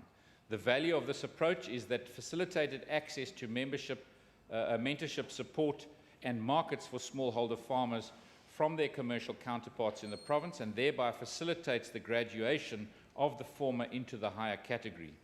A total of 456 farmers, these are smallholder farmers, across the province have been supported since 2009, targeting key commodities of the Western Cape. Furthermore, over 7,000 households have benefited from our suitcase program aimed at enhancing food security at the household level. In addition, CASP grants allow for the strengthening of the extension and advisory services through the Extension Recovery Plan. The Department has introduced the Smart Pen technology, which has also enhanced the quality and visibility of the extension services across the province. The Smart Pen technology allows the managers to view in real time the kind of advice rendered to farmers and thereby enabling them to respond timeously when there are challenges. Honourable Davids. Thank you, Deputy Speaker. Deputy Speaker, the ministers all over. This fund, Deputy Speaker, must be used for small-scale farmers. My question is, what is the department doing with the money of the Comprehensive Agricultural Support Program, which is supposed to support small-scale farmers? In the last year, the MEC said that the small-scale farmers in the Western Cape is only 1%. Now you are speaking about you are supporting the small-scale farmers, you are supporting black farmers that also came into the sector and all of that. We are speaking about small-scale farmers because the money is for the small. National is giving that money for small-scale farmers. You are saying we only have 1% of small-scale farmers in this province. So what is the department doing with the other money? Thank you. Minister. Okay. It's always difficult to ask you. Yeah, all over the place is getting around the province, that's right. You need to do that a little bit more often. The second thing is, what are we doing with our CASP money? I'll tell you what we're doing with our CASP money, Mr. Speaker. We are spending it.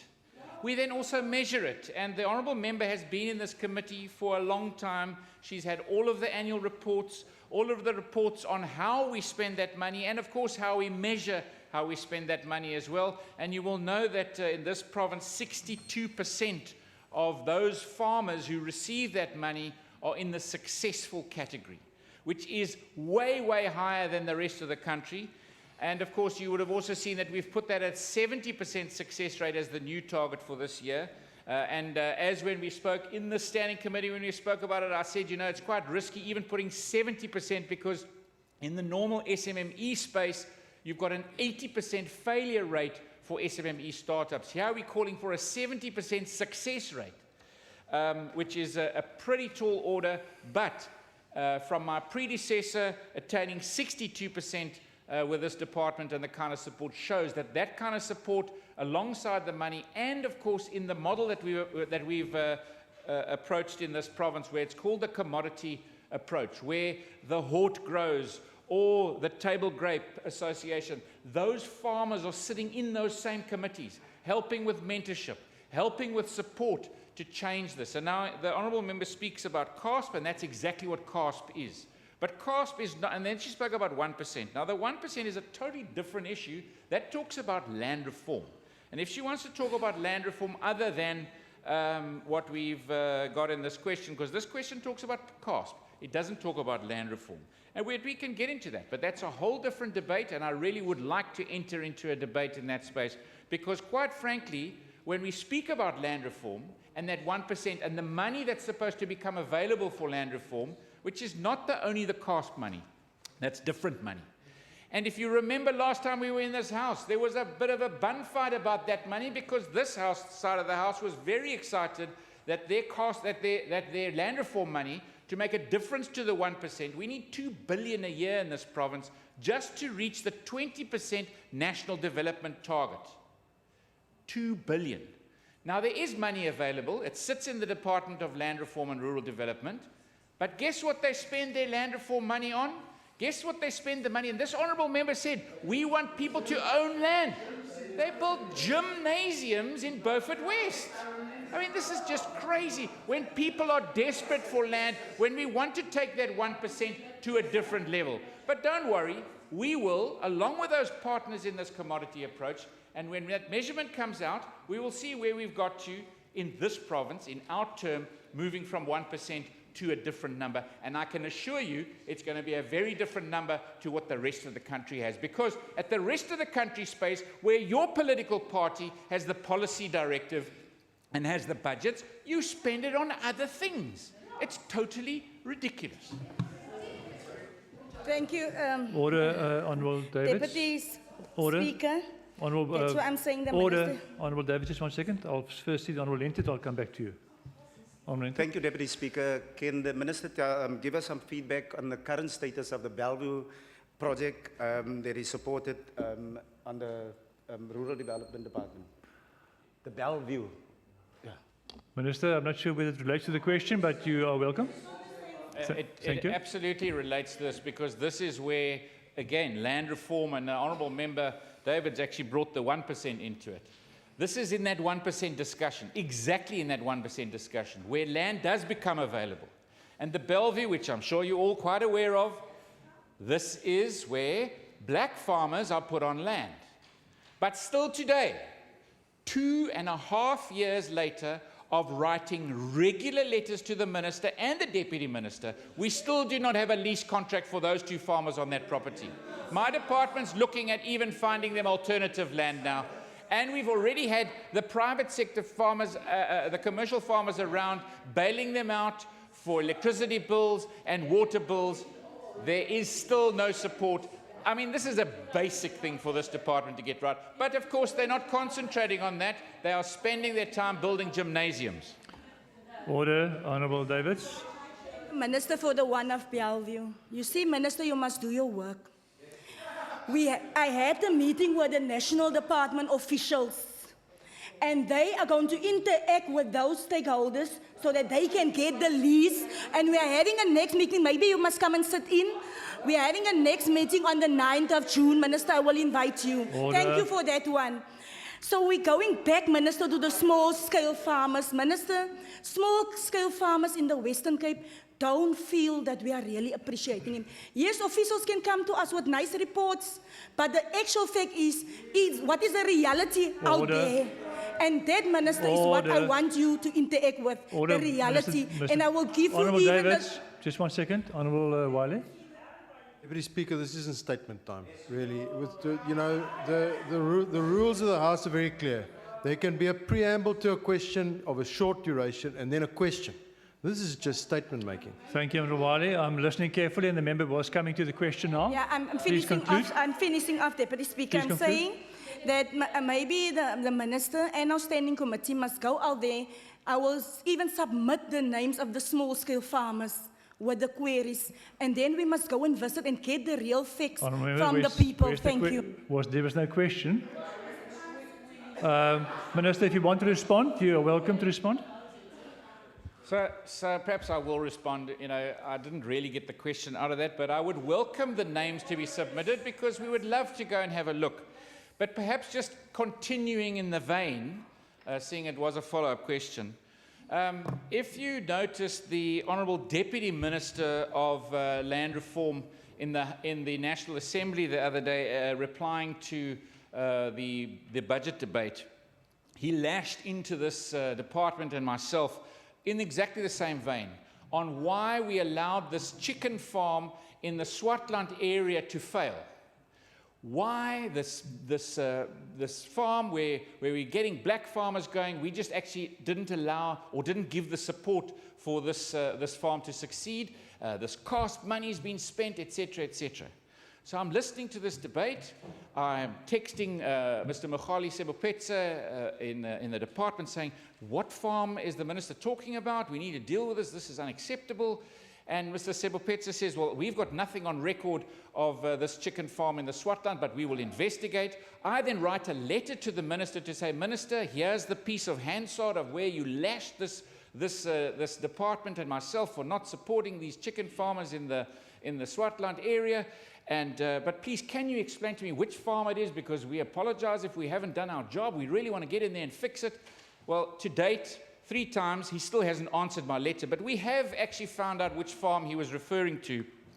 And this was a farm that the National Department decided that they didn't want to give to the Western Cape.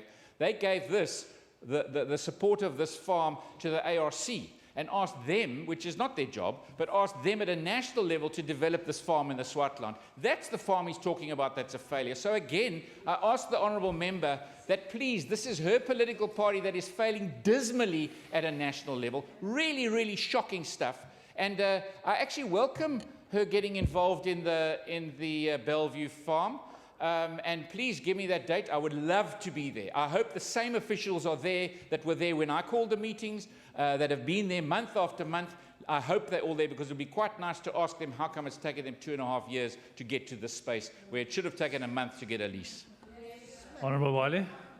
Would the minister say that this is a case of the chickens coming home to roost?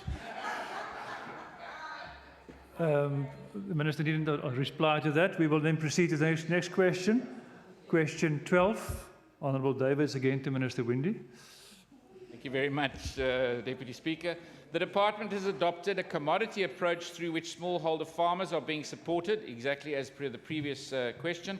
This support includes production inputs, infrastructure development and capacity building through extension and delivery of accredited and non-accredited training.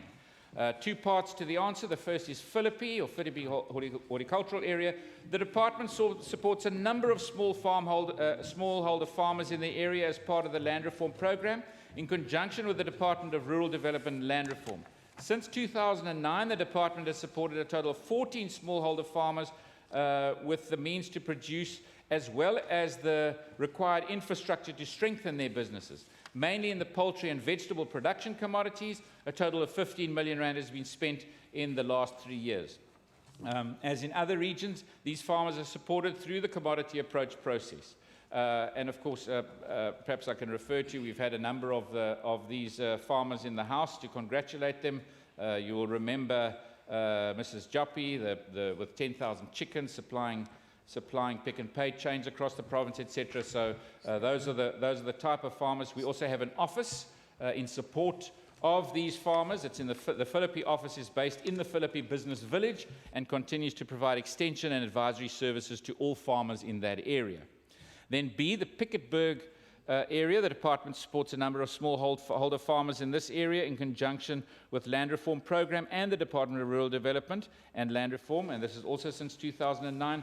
The department has supported a total number of 12 farmers, which with a means to produce as well as give them the required infrastructure to strengthen their businesses. And in addition, we've spent 12 million rand there now in the last while. And this is also the area that we have focused over and above the general CASP and extension services. This is also an area that has received drought relief money. And if you remember, the 11 million rand last year that we made available primarily went into this area as a key area affected by the drought. I have also personally visited to all those farms with the drought that we have supported financially. You know, I'll take any further questions if there's more to answer on that. Is there a follow-up question? Is there a follow-up question, Honourable Davids? Yes. Please. Yes, Deputy Speaker. It's around, the Minister has spoken around Philippi. It's fine. My question is on Piketberg, specifically, Minister. You are saying that during the drought, we spent 11 million rand there. But there is two farmers there, Minister, which went through serious drought and they were not assisted. And again, I will give you those names and you can go to them and question them yourself. So even at our visit there, it was said that, yes, they had the interaction with the department, but nothing came from that interaction with the department. So what, Minister, how are you keeping your department accountable to make sure that they are really assisting Philippi and Piketberg? Because currently, Minister, the Piketberg 2 farmers is now saying they're not going to farm anymore. They are giving up. Minister. So again, referring back to the Piketberg area and the farmers there, if I haven't received their names, I can't put it through into the system, so I'm not sure if they have applied or not, and please give it to me. I will check and ask those questions. There are obviously criteria. We can't just hand out money if it's not necessary, and we also go and have a look at those specific farms when they do make application for that kind of support. Perhaps in addition to the national department, it was quite interesting, specifically referring back to the Philippi area. I'm not sure if you're aware, but both the National Minister of Agriculture and the Deputy Minister of Agriculture had a meeting yesterday about the Philippi horticultural area. I'm not sure if you know about it. It's quite interesting. Whenever the National Minister or the Deputy Minister visits any province in this country, they always ask the MEC for Agriculture to join them. They never do that in this province. But quite interesting, they were having this meeting last night with the Philippi horticultural area, and guess what they did? At the last minute, they still didn't invite me or go through my office, but what they did do is ask the department, please, please, please, tell us about what kind of support is given to the Philippi horticultural area so we can at least ask some questions for them. And this is exactly so. They don't even know what happens in that area, but they don't have the courtesy to even involve the local elected representative in that specific area here. Order. Order.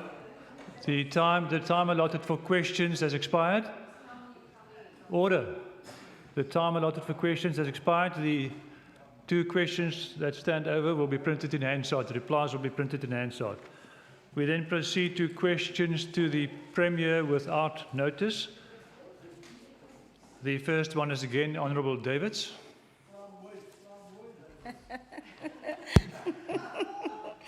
Oh, yeah. Thank you, Deputy Speaker.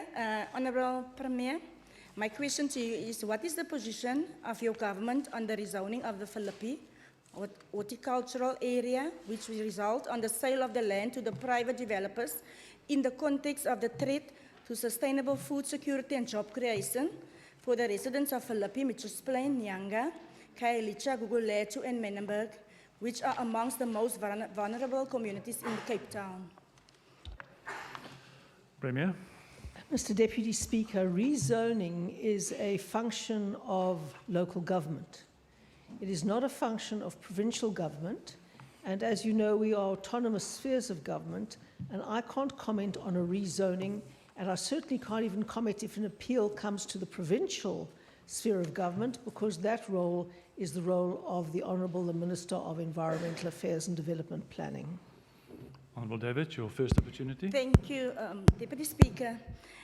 Is Madam Premier now confirming that the well-being of developers is more important than the livelihood of the emerging farmers and residents of these communities and the greater Cape Town in terms of provision of food security? Are you saying that? Honourable Davids, it would be best if the Honourable Davids' responses and follow-up questions were not written before she listens to my answers, because she sits there and takes the questions from the researchers and all the follow-ups from the researchers that absolutely take no account of what I've just said.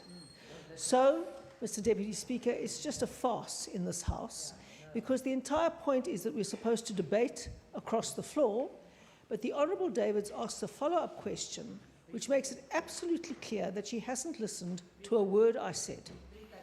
Honourable David, your last opportunity. Yes, Honourable Speaker, Deputy Speaker, through you to the Premier, I understand what she said.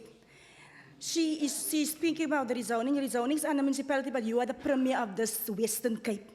And this is a very important issue within the Western Cape. Is the Premier aware that the Minister of Agriculture and Economic Development, Honourable Ellen Windy, is not in support of this rezoning? It's subsequently development and thus he has no intent of supporting that development. Premier. Honourable Deputy Speaker, we have not discussed this in the Cabinet, and I am sure that anybody who wishes to make a comment when a potential rezoning may or may not be advertised by the City of Cape Town, because I do not know what their intentions are, and I do not interfere or stray into the preserve of an autonomous sphere of government, then people can make their comments and due process can be followed. Thank you. We proceed to the second questioner, the Honourable Lentet. Thank you very much, Deputy Speaker. Through you, the Honourable Premier, in a 2009 inaugural speech, highlighted the necessity of a concentrated strategy to grow the economy and to create jobs, or job zones, as he said that time, that would ensure employment opportunities in the Western Cape. I'd like to ask, what was her government's approach to develop a strategy around this commitment, and can the Premier unpack what progress has been made regarding a job strategy, and how did this strategy evolve? Thank you. Thank you very much indeed, Mr. Deputy Speaker. Yes, the job zone strategy was one that I mentioned in 2009, and it is one that we've been working on very hard and which has evolved very well in the last 7 years. Firstly, we have two special zones. One is an industrial development zone around Saldanha Bay, and the other is a green economic zone around Atlantis, both on the west coast, both seriously economically disadvantaged, and both with very serious unemployment levels. So I'm very pleased to say we've been working well with the national government and the local government in the affected areas, and particularly with the Department of Trade and Industry and the Department of Economic Development at national level. We have been working to ensure that everything's in place for the industrial development zone and to create a hub, an industrial and manufacturing hub and oil and gas service hub around Saldanha Bay, which is a natural deep water port. It's also crucial that we take advantage of a crisis and turn it into an opportunity in the green energy space.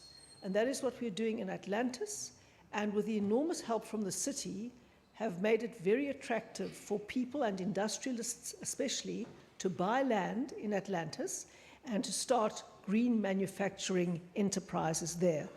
Not only green manufacturing enterprises there, but other manufacturing enterprises, and in fact they have created many hundreds of job opportunities in that context. What has also flown from it is another very important consideration, which is ensuring that the skills are in place, Deputy Speaker, so that people can take up those job opportunities. And that is why we have a skills game changer, very particularly for the oil and gas sector, so that the oil and gas sector, as it develops around Saldanha Bay's industrial development zone, will be able to be serviced by South Africans who have the relevant skills, which obviously requires working back into the schools to ensure that children have the right subjects to be able to get the right technical and artisan training in order to be able to be employed in that very important and growing sector with enormous potential. Equally, Mr. Deputy Speaker, because we are beginning to sort out the energy problem in the Western Cape, it gives us a massive competitive advantage with investment generally. And the idea is to turn the entire province into a flourishing job zone, which looks as if it's coming to fruition, because even though we're in an economic crisis, and even though in the rest of the country employment is going up very unemployment is going up very dramatically. In the Western Cape, despite the fact that our population has grown very substantially, we are bringing unemployment down as a percentage. And that is an extraordinary achievement in the current context. And it focuses and points to the success of our strategies to align our investment as government, our efforts as government, into the sectors that are going to grow. The other crucial sector that has shown enormous potential is tourism, which has been rewarded, the efforts that we've put into it, with a bumper tourism season, despite all the efforts of the national government to make it difficult for tourists to come to South Africa. We nevertheless had a bumper tourist season, and because young entrepreneurs get into developing new apps like Airbnb and other things, you find a situation where there are a lot of people starting their own tourism businesses in their own houses and creating jobs. So these are all very important indicators. The other issue, Mr. Deputy Speaker, is in agri-processing.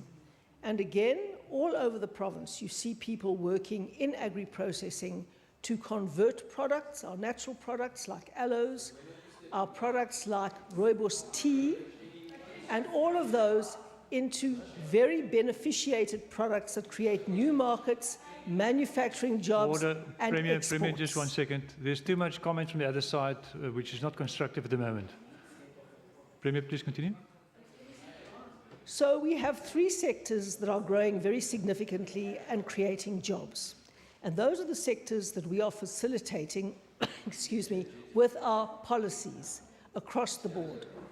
So the important thing is that we have done an enormous amount, and with the regeneration of the small harbours that we hope is going to follow, despite the incredible delays put on us by the national government, with aquaculture and various other things, we look as if we're well on the way to economic growth and job creation in this province. Thank you. Thank you, Honourable Premier. Honourable Dugmore, you're talking together with the Premier. It's difficult to hear the Premier while you're having a conversation there across the floor. Please contain yourself. The Honourable Linton. Thank you very much, Deputy Speaker. The Premier mentioned in terms of the population growth. Now, based on the latest census figures and also the current game changer strategy, will the current game changer strategy be able to have room in terms of in that strategy for to create more jobs? And what are the plans in it? Yes, please repeat the minute the Premier couldn't hear the question. You know, based on the latest, play still. Please continue. Honourable Dugmore, please allow the member to proceed with the question. Based on the latest census figures, Deputy Speaker, you know, that indicates that there's a growth in the population of the Western Cape, but specifically the metro area. And with the current game changer, you know, since 2009 and where we are now, since 2014 with a new game changer strategy of the Premier and the Cabinet, will the new game changer sort of make room, or is there room for improvement or adjust the strategy for, to make way or to increase job opportunities? Thank you. Thank you very much. It's a very important question.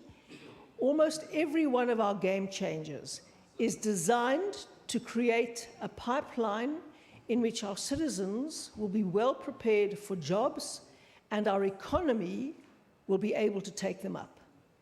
That is the priority of the policies of this government and the interventions that we are making. So we have to create a conducive environment for economic growth, hence broadband, hence energy, hence the focus on the areas in which we can grow quickly enough to create the jobs for the job seekers that we have, but also to gear education and training, and especially technical and vocational education and training, towards the jobs that we foresee being created in the emergent industries. So the game changers are very much focused on that. There's the energy game changer, which goes without saying, because unless you have a reliable energy supply, no one is going to invest. And already when the rest of the country has stage 1 load shedding, The Western Cape does not. So if we can guarantee potential investors electricity in the Western Cape, we have an enormous competitive advantage for investment and for jobs. Another game changer, as I said, is skills development. We've put an enormous amount of work into identifying where the economy is growing, what priority skills are needed in tourism, particularly in oil and gas, in agri-processing, and other sectors of the economy. And we are aligning that into the further education and training sector, now called the TVET sector, to ensure that our young people are getting the skills that they need. Another crucial game changer, Deputy Speaker, is e-learning. In this modern world, on the backbone of broadband, all young people are moving into a digital era. And it is very important that when they go to work and when the economy, a knowledge economy, creates opportunities, people must be digitally literate. They must be information literate. They must know how to harness technology to solve problems. And that is why we're introducing e-learning, which is critically aligned to the whole notion of economic growth and job creation and skills acquisition, so that our young people are informationally literate and can apply that literacy in any context in which they may happen to be in the future. Then we also have the after-schools game changer, Mr. Deputy Speaker. Many young people find themselves on the streets after school with nothing productive to do, and that is where they fall prey and are vulnerable to the gangs, the drugs, and the blessers. And in that context, Mr. Deputy Speaker, we want to create contexts in the after-school space, at schools, at centres, at libraries, where young people can be productively involved in academic support activities, in sports activities, and in cultural activities. And in all of those areas, we're making really, really good progress.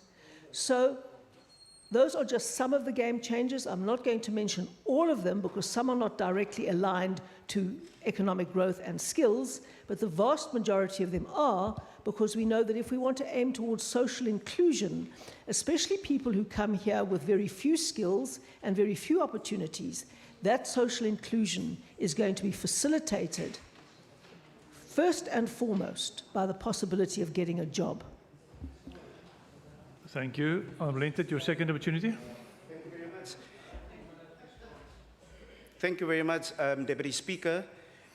Based on all the response from the Premier, and if I can just summarize this, not summarize, but to make my question a bit shorter, are there any investment opportunities to complement the Atlantis economic zones for the future?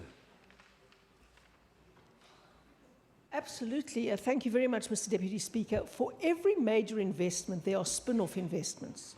So, if we succeed in turning Saldanha Bay into the major rig repair hub of the Southern Hemisphere, you can imagine the downstream opportunities for businesses to open in that area. They are enormous. A lot of skilled work has to go into rig maintenance and repair, but there are a lot of back services and right down, for example, to domestic support services for people who go and live and work there and run the businesses there. So it's a whole pipeline of opportunities that gets created by major investment. I'm delighted to say that specifically with Atlantis, when some people start showing interest in industrial investment in a particular area, it takes off. And as we know, Hisense, which is one of the world's largest technology manufacturers, has established its major factory outside of China in Atlantis and has delivered such good results in terms of productivity, in terms of sales, in terms of quality, in terms of export volumes, and in terms of revenue, that they're about to increase that facility very substantially. And they're also spreading the good news across China about the good value and the skills and the work ethic that are available in the Western Cape. Thank you. We then proceed to the third questioner, Honourable Maseko. Thank you, Deputy Speaker. Premier, What are the implications for government of the judiciary intruding into the executive's role as found in yesterday's 1st June 2016 appeal court judgment in a matter between MEC of Social Development, Western Cape versus the Justice Alliance of South Africa? Premier. Thank you very much indeed, Mr. Deputy Speaker. I have not yet read the full judgment, but I have read a comprehensive summary of the judgment. And in my view, it is highly significant. We have a very good constitution, but currently we are in the process of giving substance through case law to the spirit and the letter of the Constitution. And yesterday's judgment seems to have been a very, very important milestone in this process. The Justice Alliance of South Africa brought this case to challenge a decision of the Department of Social Development and Education about the potential future uses of a facility. This went to court, and to cut a long judgment to the bone, firstly, the case was lost in the Western Cape High Court. We appealed that case. It went on appeal, and the appeal judges upheld our appeal and overruled the judge in the Western Cape High Court.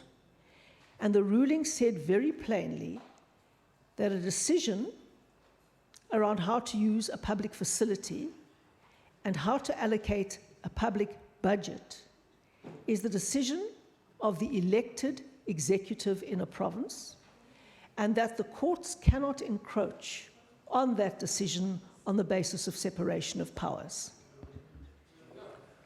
Honourable Seki, your first opportunity. Yeah, thank you very much, Deputy Speaker. Premier, how does the Western Cape government manage the negative public opinion which is created by High Court judgments that are wrong in law? Premier. Yes, it's very unfortunate that there are still some judgments that are so patently wrong in law, as that High Court judgment was. It was very obvious, even to me from the beginning, that that judgment was wrong in law. But all judges will make a mistake at some point in their careers. All judges will make a mistake, which is why our Constitution allows for appeal mechanisms. That's part of the checks and balances of a judicial system. So when we believed we had a case to go on appeal, we went on appeal and we won that appeal.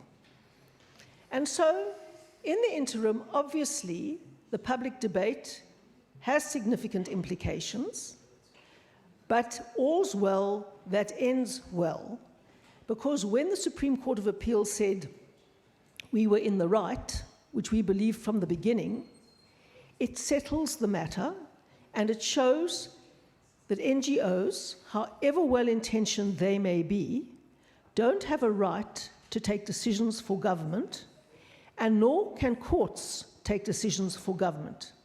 NGOs can certainly challenge us in court, Mr. Deputy Speaker, if we violate the Constitution or the law. But they cannot challenge us in court around policy decisions that government makes, and if they want to make policy decisions, they must also stand for election and get into government, and then they can take the policy decisions. Honourable Seki, your last opportunity. Very much, Deputy Speaker. If I may ask, Premier, what is the cost to the Western Cape government in time and money when well-meaning civil society groups trying to take over the right of the government to make policy decisions on how to use resources? Yes, thank you very much, Mr. Deputy Speaker. The cost is tremendous. The cost is tremendous because we spend a lot of money on unnecessary court cases that we eventually win. But it takes a lot of time, it takes a lot of effort, it takes a lot of money. But often the worst consequence, Deputy Speaker, is the fact that we cannot implement a policy that is intended to be for the benefit of the people of the Western Cape. And so I sometimes wonder, whether some of these cases, certainly not all, but some of them are brought to impede rather than facilitate service delivery. And it is extraordinarily frustrating, but we live in a country that is a democracy under the rule of law, and so people must be able to exercise their rights. But that is what makes it all the more important that this case law is established, because in future, people, no matter how well-intentioned, will not be able to simply go along and bring a case on an issue that is for the executive of a politically representative structure to decide, because their lawyers, I hope, will advise them that as this precedent has been established before, they will be wasting their time and their money by launching such a challenge. And that is how one builds a body of case law in a democracy. Exactly the same, Deputy Speaker, can be said the other way around.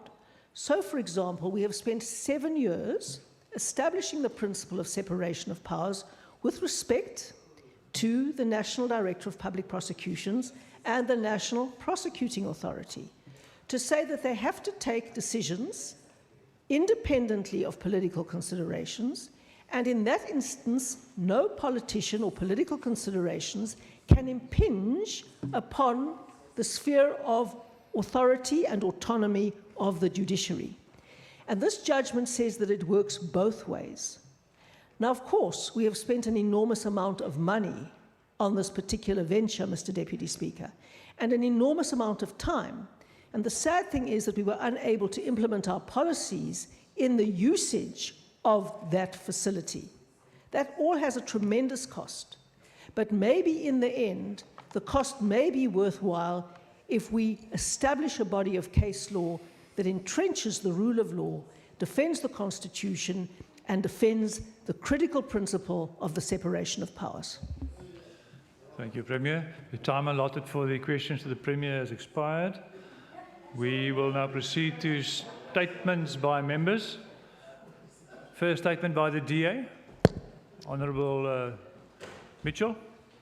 Thank you, Mr. Deputy Speaker. Annually, the month of June is celebrated as Youth Month in South Africa, and as we near National Youth Day on June the 16th, I take this opportunity to acknowledge the significant strides the DA-led Western Cape government has made in positive youth development. Each day, the media reports on the social ills within our communities, and bearing the most brunt is our young people.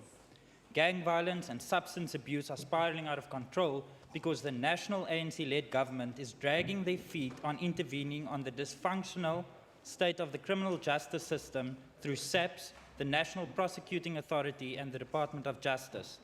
Speaker, against all odds, there are young people who are taking heed of the opportunities made available to them.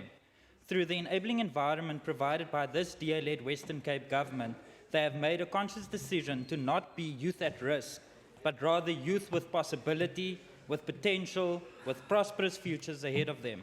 Amongst the many examples of increasing opportunities for youth development, I refer to the Premier's Advancement of Youth Project, the Year Beyond Project, the Department of Cultural Affairs and Sports' MOD program, the Department of Social Development's Youth Cafes, Economic Opportunities Youth Entrepreneurship Projects in the West, and the Western Cape Education Department's commitment to providing quality education for all. Madam Speaker, the DA-led Western Cape government has proven to not only have the plan to bring the change we need to move South Africa forward again, but we have the political will and determination to put the people of our beloved country first by creating positive youth development programs and job opportunities by embedding good governance and integrated service delivery. I thank you. Thank you. I see the ANC. Where's it? Thank you, Madam Speaker. This DA is fast to preach to others, but slow to set the example. The latest DA sex scandal in the sex test to a prospective municipal job seeker, Wanpumi, by controversial DA Beto Mayor Memory Boyson. The DA wants all parties to suspend errant public representatives, but Boyson is untouchable. the DA has yet to investigate the serious allegation of its face in Pito. Boyson is no stranger to where going-ons. Under his tenure, massive housing fraud took place and major electricity theft, and miraculously Pito got a clean audit rubber stamp from the Auditor General, which proves it's not about good governance but ticking the accounting and compliance boxes. While the DA gave its usual denial claims, all allegations are just politicking ahead of elections, Boyson admit in a text came from Order, his please, phone Honourable Olivier. and WhatsApp account. Honourable Olivier, can His you please claim- take your seat? He Honourable claims Olivier. the public mess. Honourable Olivier, I can you beg your please pardon. take your seat? Honourable Makusela. Thank you, Speaker. The member is attacking the integrity of the Chapter 9 institution. Thank you. Noted. You may proceed.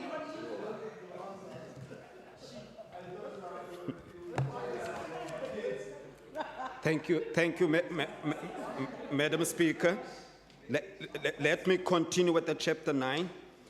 While the DA gave its usual denial and claims all allegations are just politicking ahead of the elections, Boyson admitted the text came from his phone and WhatsApp account. He claimed that the public messages were sent while his phone was in for repairs. Premier Helen Zille on the 10th of April 2011 sang his praises in memory lane Boyson's story and presented him as an inspiration to all South Africans, as well as the mayor of courage, principle, integrity. Is this premier protecting this face of the DA who, in our view, has admitted to sending these text messages? I think. Thank you. I see the DA. Agbare Speaker, my verklaring vandag in die huis is 'n tydige en ernstige wekroep op almal om eerlik te besin oor die betekenis en relevantie van jeugdag binne die huidige tydsgewrig. Die Soweto jeugopstand in 1976 is 'n werklikheid. Dat dit die koers van ons land se geskiedenis radikaal op 'n ander traject geplaas het, is waar. Dit is egter die katalisator wat die protes ontketen het, wat onder die loep geneem moet word. Oorlewering het dit dat Afrikaans as die sogenaamde taal van die onderdrukker die lont in die kruitvat was. Dit sou die vure letterlik en figuurlik aanblaas. Ek persoonlik byt swaar aan die stukkie pseudo-geskiedenis, drogredenasie en oudmodieuse mitologie. Taal synde lingua franca kan nie onderdruk nie. Indien wel, dan het de Almeida se Portugese taal en Lord Milner se Engels en ook Jan van Riebeeck se Hollands ons inheemse bevolkings onderdruk. Waar gaan die lys eindig? Want die voorbeelde is legio. Taal se Afrikaanse oorsprong lê diepliggend in ons inheemsheid en multikulturele vermenging. Vandaar die metanarratief van kriolisering, en dit is die ding wat ons vandag verguis en verwerp en verneder en marginaliseer. So ek staan vandag hier en lewer my verklaring in Afrikaans, die mooiste, soetste taal. Ai, maak dit van my 'n onderdrukker. Ek wat die stryd vir vryheid in Afrikaans gestry het en steeds aan 'n nuwe provinsie en Suid-Afrika bou, en ek doen dit oorwegend in Afrikaans. Is die 13% swartes, 53% bruines en 37% blanke Afrikaans sprekers almal onderdrukkers? 'n taal is 'n vorm van selfuitdrukking. Dit definieer jou beeld, jou siege, jou bestaan, jou waardes, jou integriteit en onwel. Dit spreek direk tot jou humaniteit. Afrikaans en die debat rondom haar hoorfuncties en as wetenskaptaal convocasiesale van Kivido, your time has expired. Kindly take your seat. Kindly take your seat. Thank you. Sorry.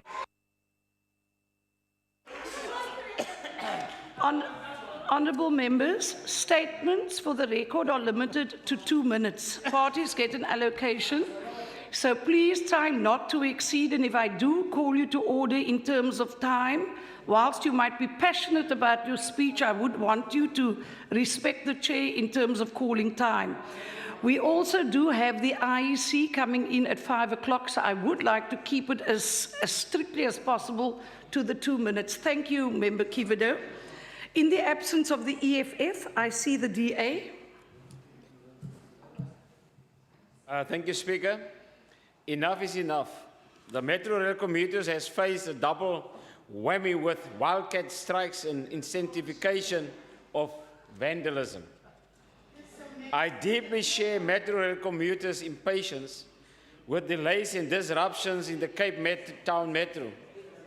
Our people deserve a much better service than what is currently provided.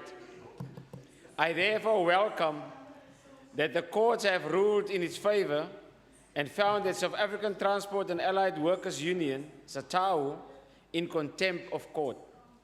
These workers have let hundreds of thousands of commuters suffer for their own power battles. It is therefore a positive development that these 130 ill-disciplined workers have been dismissed and will not be allowed to return to work. Our law enforcement agencies must double their efforts to ensure that we see an end to train vandalism. We are about to spend billions on new commuter trains. If they are also going up in flames, we are in deep trouble. Speaker, we see our roads get more and more congested because commuters are forced to find alternatives to trains. Vehicle occupation is increasing as a result. This is not sustainable. I want to thank Metro Rail in the Western Cape for standing up to the bullies, and I sincerely hope that this is the beginning of the end of our trouble. Thank you. Thank you. I see the ANC. Yes. Honourable Speaker, the DA lies when it claims it works so well with national government. In fact, it does not cooperate openly and honestly. Instead, it obstructs and frustrates national government in open acts of hostility and defiance. This is evident in the instruction the DA Social Development MEC, Albert Fritz, in a letter gave to his head of department to prohibit any worker from taking part in an imbizo in Beaufort West, to deal with poor people's problems and to extend assistance to the most marginalized. MEC Fritz went as far as to threaten workers that would attend with charges of insubordination. This again proves the DA does not care for the poor at all. This non-caring DA also demolished another place of religious worship in Delft, bribes other councillors to cling onto power at all costs, like in Witzenberg, allows schools to decay and construction of shoddy schools, shady schools that threatens the lives of our children, or allow their community safety MEC, Dan Plato, to entertain hardened criminals like drug lords and gang bosses in order to make heroes of them that puts the lives of our children in jeopardy. I thank you, Speaker. Thank you, Speaker. The honourable member gets carried away by verbosities to such an extent she she forgets to put the honorific in front of our own members. They're honourable members. Thank you. I see the DA. Thank you, Speaker. Speaker, despite the continued challenges that farms find themselves in, it's been a great relief that finally the members from National Parliament have unanimously agreed to declare the drought a national disaster. Speaker, this is despite that the ANC in the Western Cape's denial of the severity of the drought, both in South Africa and in our province, as well as the rest of the country. Let me remind this House just what was said, and I quote the 3 points made by Member Jantjies. He's not here. Where is he sitting? Number one, drought is just a PR exercise. 2, let us therefore locate this drought debate within this broad context so that we do not fall into the trap of sensationalizing of serious issues like drought. And he said, basically, there is no need for a diversion of a national disaster. The current drought gripping South Africa has affected 34 million people living without water, and farmers are facing severe hardships, of which almost 1,600 settlements in the Western Cape are affected by this drought. Speaker, farmers and millions of people working on the land have and continue to face escalating food prices, food insecurity, water shortages, and job losses. Yet the response of the ANC's MPs and national government in dealing with this drought thus far has been beyond dismal. In fact, it's been like an ostrich with its head in the sand, complete denial. We hope now that the money owed by national government will finally be paid over to us to assist our farmers in need, and that through a strategic response plan, the needs of farms to ensure long-term food security is rolled out. I thank you. Thank you. In the absence of the ACDP, I see the ANC. Thank you, Honourable Speaker. Speaker, Mossel Bay is another DA abuse and mismanaged municipality. How bad it is become even more evident in a letter written by the booted municipal manager, Dr. Michelle Gratz, to DA leaders. She was about to resign on the eve of the election, as she knew the DA will not be coming back. And DA Mayor Mari Ferreira was quick to kick Gratz out and cut her communication to prevent Gratz from exposing too much of the DA ills. Gratz spilled the beans. She lifted the veil on DA infighting, publicity stunts, DA people just after fast food, chasing away hard workers, and the fact that for years it did nothing good for the people of Mossel Bay. If one also includes the fact that the DA abused officials for party political gains, like the dedicated IEC municipal electoral officer Edward Jantjies serving the DA, it proves how the DA governance rots to the core with interference and cadre deployment. I already laid a charge in September, Honourable Speaker, at the IEC national and provincial against Mr. Jantjies. And what did the DA do about this? Nothing. DA provincial leader Patricia de Lille attacks all but her very own errant DA members and rotten deployed cadres. It is time to kick the DA out. Thank you. I see the DA. Order, please, members. Speaker, it is very clear what we are dealing with here. We're dealing here with the ANC that has failed in this province, the ANC that has nothing left but to look for every spooky they can find where there's none.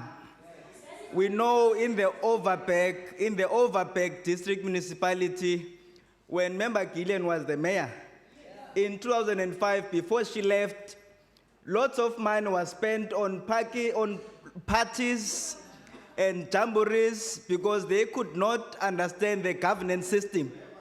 When in the Overberg last week we were out there, and the week before, Cluster A visited Overberg. Where was this member at that time? She was busy throwing stones, blocking the N2. And then that resulted in the loss of income to the province. And she can say, where was she? She can tell us, where was she? Speaker, we are here dealing with the ANC that is very desperate. Honourable Mark The Busella. ANC, when Honourable Mark they Busella. governed Oudtshoorn, Please we're take sitting your now seat. with 18 million rands Honourable Mark owed to Busella. service providers. Please take your seat. Is it a point of order, Honourable Olivier? Yes, Madam Speaker, is it parliamentary for a member to mislead the House by referring to an honourable member throwing stones at the N2 while we were on cluster 8? Is it parliamentary? Honourable Olivier, as a presiding officer, I hear your concern in your point of order, but I cannot contest the truthfulness of what another member says in the House, unfortunately. So if we could continue, Honourable Mark Busella. Point of order. Honourable Dugmore. Speaker, may I address you on that hearing? Speaker, I think we would at least expect a commitment to investigate that statement, because the danger is that if a member, as Member Mkhasela has done, casts aspersions on another member about breaking the law, he is alleging that Honourable Member Gillian was throwing stones. Now, that's a very, on the N2, that's a very serious allegation, and I would, on a point of order, like to request you to ask the member to withdraw that, or failing that, to then actually investigate the veracity of that statement, because it's casting aspersions on a fellow member. Your point is noted, Honourable Dagmo. Chief Whip Wiley. Thank you, Speaker. There are remedies that honourable members on the other side, if they feel aggrieved, they can take, and standing up in this House is not one of them in that way. They've got whips to do these things. Why is it that they never use their whips the way we use our whips? That's what they are there for. Good order. Order, please, members. I have noted the concerns. Order, please, members. I will revert to Hansard. I will interrogate the statement, and I will, if necessary, get back to the House. You may proceed. Honourable Dugmore, you seem to have an issue. Speaker, you may proceed, Honourable when the Mapusela. ANC was in charge of Oudtshoorn, they have left service providers and creditors unpaid. We have more than 18 million rands of debt that is owed to creditors, and now the administration that is installed there by the provincial government is busy dealing with that. Now this is the ANC that we're talking about. The ANC that has failed to get not even a single audit in the Central Karoo District Municipality. All the municipalities where you are in government as the ANC, you have failed to score one clean audit, because the national minister of the ANC, Mr. Weekend Special, Des van Rooyen, believes that there's no need to have clean audits in South Africa. That man is dreaming. Order. I'm saying, Speaker, Mossel Bay received clean audits. Guess what happens here? Honorable Pierre comes here and say, Mossel Bay has failed. When you get a clean audit, you fail to the ANC. Your time has expired. Thank you. Honourable Dugmore. Speaker, just on a point of order, could I ask, in terms of our practice in regard to statements, I think I really would appeal to you to apply a common approach, because what we have just heard here was not a statement. Firstly, the member didn't have a statement in front of him. Oh. Secondly, he was... Chief, take your seat, please. And I also request you that this Chief Whip must go on a workshop, because I'm on the floor now addressing you, and he is standing up as a... Honourable Dugmore. That was, I don't know if that was a point of order, but it was rendered as a statement within the 2-minute time period. Again, what a member chooses to present as a statement, I have no control over, unfortunately. So that now concludes statements. Can we now move to notices of motion, please, members? And before we go, may I remind you, and at this stage I'd like to welcome the delegation from the IEC, that we do have another commitment. So can we move along swiftly, please? I see the Honourable Olivier. Motions, sorry, or motions, aye. Motions. We now move to motions. Are there any motions where notice is given? Speaker, I move that this House debate the impact of drugs, crime, and violence in Western Cape schools. I so move. Notice taken. I see the Honourable Mgaka. Motion with notice, I move that the House deliberate on bringing more responsive and people-centered local government to the public of the Western Cape. I thank you. Notice taken. Honourable Gopi. A motion with notice that the House debates the impact of crime and violence on the provincial healthcare system and the failure of this DA government to ensure the safety of staff and patients in the public healthcare facilities. I thank you. Notice taken. I see the Honourable Inanna. Motion with notice that this House debates the Western Cape municipality's achievement of 73% of clean audit and the spin-offs therefore, and further the implications of Gauteng getting 33 and KwaZulu-Natal 30%. Notice taken. I see the Honourable Chacha. Are you? No. Are there any motions where notice is given? Okay. Did you, sorry, Honourable Inanna, do you acknowledge that there was an error with notice? He has corrected. Honourable Dugmore. Speaker, I would like to move with notice that this House debates the shoddy workmanship of various construction companies and the failure to adequately monitor these construction companies by the Department of Transport and Public Works, the Western Cape Government, which has resulted in 5 schools this year being declared unsafe by structural engineers. Notice taken. I see the Honourable Kavido. Thank you, Speaker. I move that this House commend the joint collaboration between the Western Cape Department of Social Development and Sozo Foundation for launching the Sozo Youth Cafe in Vrygrond over the past weekend. So on. Notice taken. I see the Honourable Ace. It was clearly not with notice. Can we just get clarity on that, please? But we're not there. Just wake up. Honourable Kavido, we are busy with motions where notice is given. My apology. Okay. Thank you. I see the Honourable Olivier and then Honourable Lentet. Speaker, I move a motion with notice.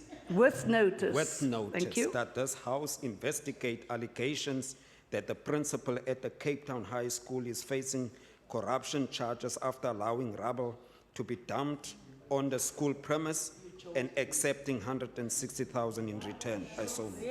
Notice taken. Honourable Lentet. Thank you very much, Speaker. I move that the House debate the violence in Grabouw and its related causes. Notice taken. Honourable Chacha. Are you? Okay. Are there no other motions where notice is given? We then now move to motions without notice. I see the Honourable Botha, Honourable Inanna, and then Honourable Chacha.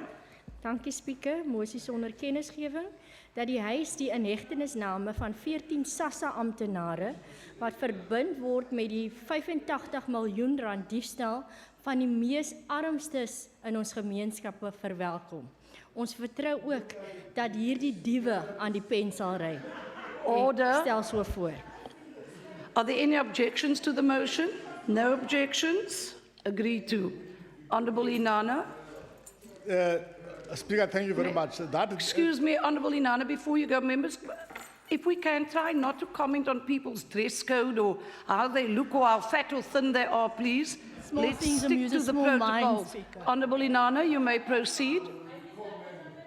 Speaker, motion without notice that this House congratulates the Western Cape ANC Youth League for successfully and consistently campaigning for the return of Honourable Marius Fransman peacefully into their fold.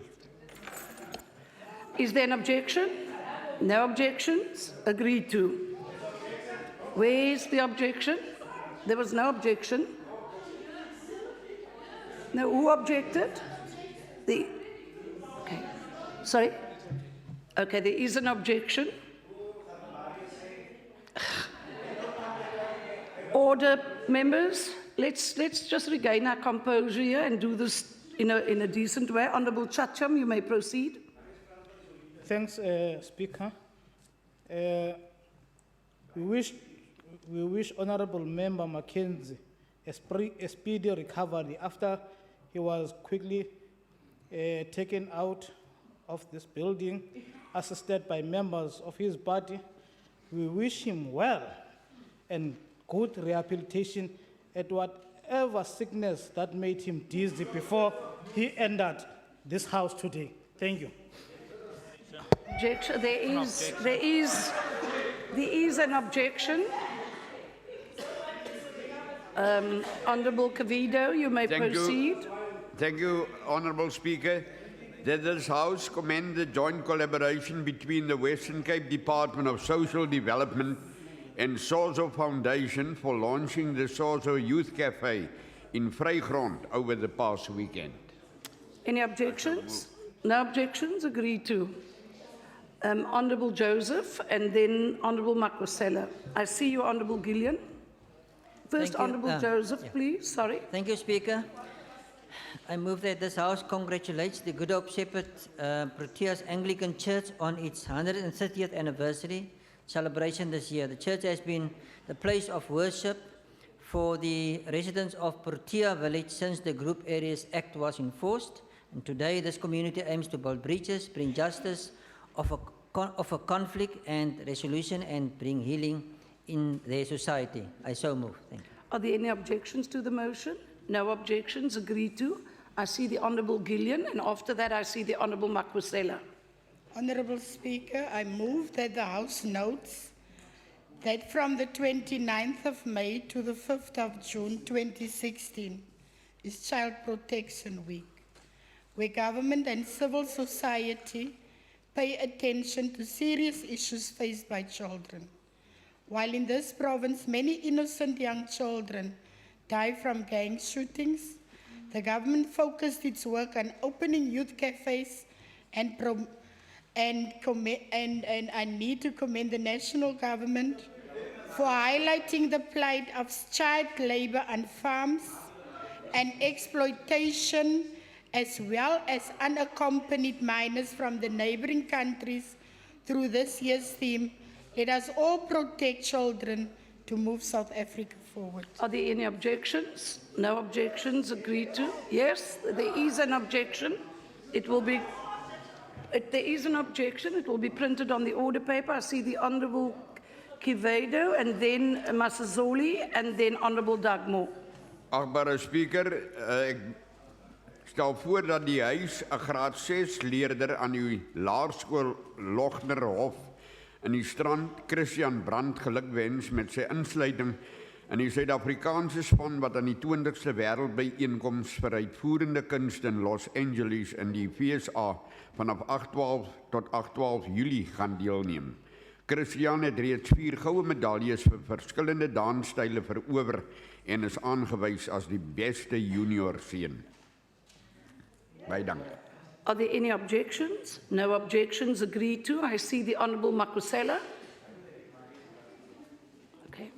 Thank you, Speaker.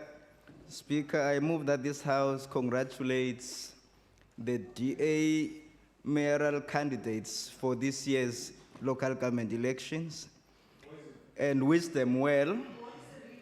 This formidable team will continue the excellent work, commitment, and dedication by the current mayoral team that has propelled this province to be the best province in this country on all levels since 2006, when the DA took over the government in the city of Cape Town, what we popularly know now as the best Cape Town story, and expanded its excellence to the province as a whole and the districts in all the municipalities. We govern well where we govern, and we govern very well in this province. I move that this House commends these municipalities. Take your seat, Honourable Macrosella. There are, Honourable Chacham, there is an objection. Do you still wish to raise your point of order? Yes, yes. It's not the first time. The other time it was Member Wagner doing the same thing. And I think, Speaker, you must be firm when you are dealing and you are ruling. When you are doing a motion, there's a certain time that you're doing.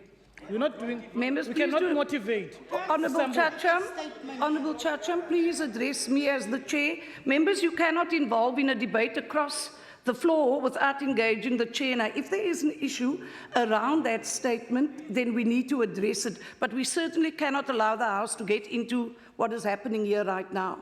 I cannot attest to what the member is going to speak, and I need to be alerted if it has been addressed before. It is the right thing to do to alert me. But I think I would like to request both sides of the House, you understand and you know the rules of motions with notice and without notice. Please ensure that before you come to the sitting, you have a clear understanding of what is required. And if they don't know, they must come to me. I will assist them. Absolutely. I will ensure that, give them your number.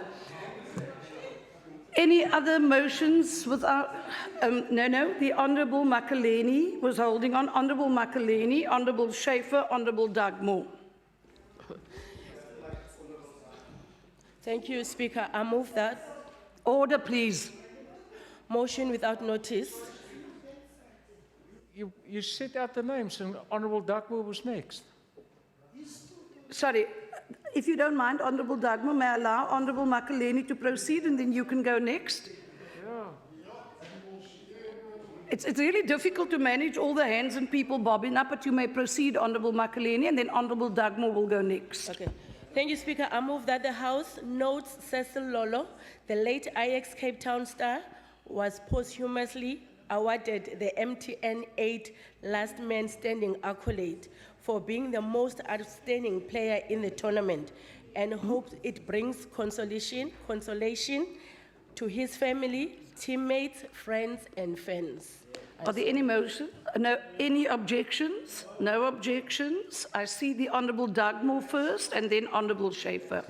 Okay. Thank you very much, Speaker. I would like to move this motion without notice that the House welcomes the hosting of the Youth Road Safety Summit set to take place at Ratanga Junction on the 3rd and 4th of June 2016, with which other provinces will culminate, which together with other provinces will culminate in a National Youth Road Safety Summit, with the objectives being to give young people a voice on road safety, to contribute to a positive shift in attitudes towards road safety and behaviour among young people, and furthermore to launch the Youth Declaration for Road Safety and commends the national government for making this intervention. I so move. Are there any objections? No objections. I see the Honourable Schaefer. Thank you, Speaker. I move that this House congratulates Tracy Chambers for being elected at the World Economic Forum in Rwanda as one of the 12 social entrepreneurs of 2016 by Schwab Foundation that recognizes men and women for outstanding entrepreneurial activities that benefit the marginalized and poor. Ms. Chambers' clothing bank provides unemployment to single mothers from townships with 2 years of training to become self-employed businesswomen. 829 women have graduated, with another 800 women currently enrolled in the 2-year program. Since 2010, these women have collectively generated an income for their families to the value of approximately 40 million. Thank you. Are there any objections to the motion? No objections. I see the Honourable Cavido and then Honourable Chacham. Agbare Speaker, moties onder kennisgewing dat die huis die 300 Suid-Afrikaanse brandbestryders van werk met vuur wat op uitnodiging van die Kanadese regering tans besig is om die vuur wat vir die afgelope 2 weke woed en reeds 50,000 hektaar in Kanada beskadig het, te help blus. Ons wens hulle alles van die beste toe en bid vir hul veiligheid. Baie dankie. Any objections? No objections. Agreed to. I see the Honourable Chacham. Thank you, Speaker. I move that the House congratulates Kailicha businessman Luvuyo Khani, who was named 2016 Schwab Foundation Social entrepreneur at the World Economic Forum in Kigali, Rwanda. Thank you. Are there any objections? No objections. I see the Honourable Diana. Thank you, Speaker. Motion without notice that the House with utter dismay reports that civic organizations from across the city are becoming increasingly concerned at the cozy relationship between the DA-led city of Cape Town and private developers, which results in inappropriate development being bulldozed through with objections routinely ignored, calls on the House to institute an investigation into these serious allegations and appeals to the civic society to stand their ground and keep on fighting this ruthless and brutal DA government. I so move. Are there any objections? There are objections. The motion will be printed on the order paper. I see the Honourable Inana, and after Honourable Inana, Honourable Makaleni. Thanks, Speaker. That this House welcomes June as the Youth Month and therefore make a clarion call to the current youth to emulate the 1976 youth by taking their education seriously. Any objections? No objections. Agreed to. I see the Honourable Makaleni.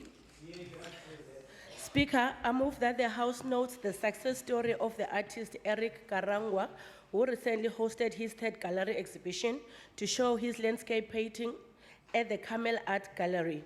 Note, his is a good story to tell, as this Rwandan refugee started working as a car guard at a Constantia village shopping center when he arrived in South Africa in 2004.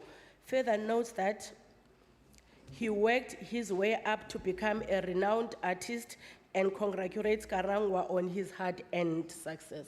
Are there any objections? No objections. Agreed to. I see the Honourable Diana. Thank you, Speaker. I move that the House welcomes the handing over of a mobile police station in Site C community, the oldest township in Khayelitsha, and Lord Seps for responding positively to community requests. I so move. Any objections? No objections. Agreed to. I see the Honourable Buerta and then Honourable Gopi. Speaker, dat die huis sy medelee betoon aan die gesin, familie, vriende en gemeenskap van Piketberg met die heengaan van Melvin Jonathan na 'n lang siekbed op Saterdag 14 Mei. Meneer Jonathan het jarelang die gemeenskap en sy kinders gedien as prinsipaal van Groenvlei Plaas Primêre Skool en het 'n blywende en positiewe impak op almal gelaat. Ek stel so voor. Are there any objections? No objections. I see the Honourable Gopi. Motion with notice that the House sympathize with Sizeka Mbandezeli, 23, who had a stillbirth in Kalbrema Hospital, where she was told her baby died 5 days ago. She blames negligence and uncaring attitude of nurses in the city's Delft Day Hospital that earlier turned her away, and calls on the MEC to investigate this serious allegation. Are there any objections? No objections? No. So, yeah. So is that an objection? No, just want to clarify, it's motion without a notice. We are busy now. We're doing motor. Are there objections? We're dealing motions without notice. No, I think I want to correct the statements he made when he said the notice. Okay. I will revert to the hands. I'll get to Hansard and get back on that one. Thank you. The next speaker, I see Honourable Gillian, Honourable Buerta, Chief Whip Wiley. Can I do it in threes, members, and then we can maintain some order? Thank you. Speaker, I move that the House notes that the 25th of May 2016 was the International Missing Children's Day, when hundreds of missing children are remembered and served as an annual reminder to renew efforts in reuniting missing children with their families, honor those who are still missing, and make child safety a top priority.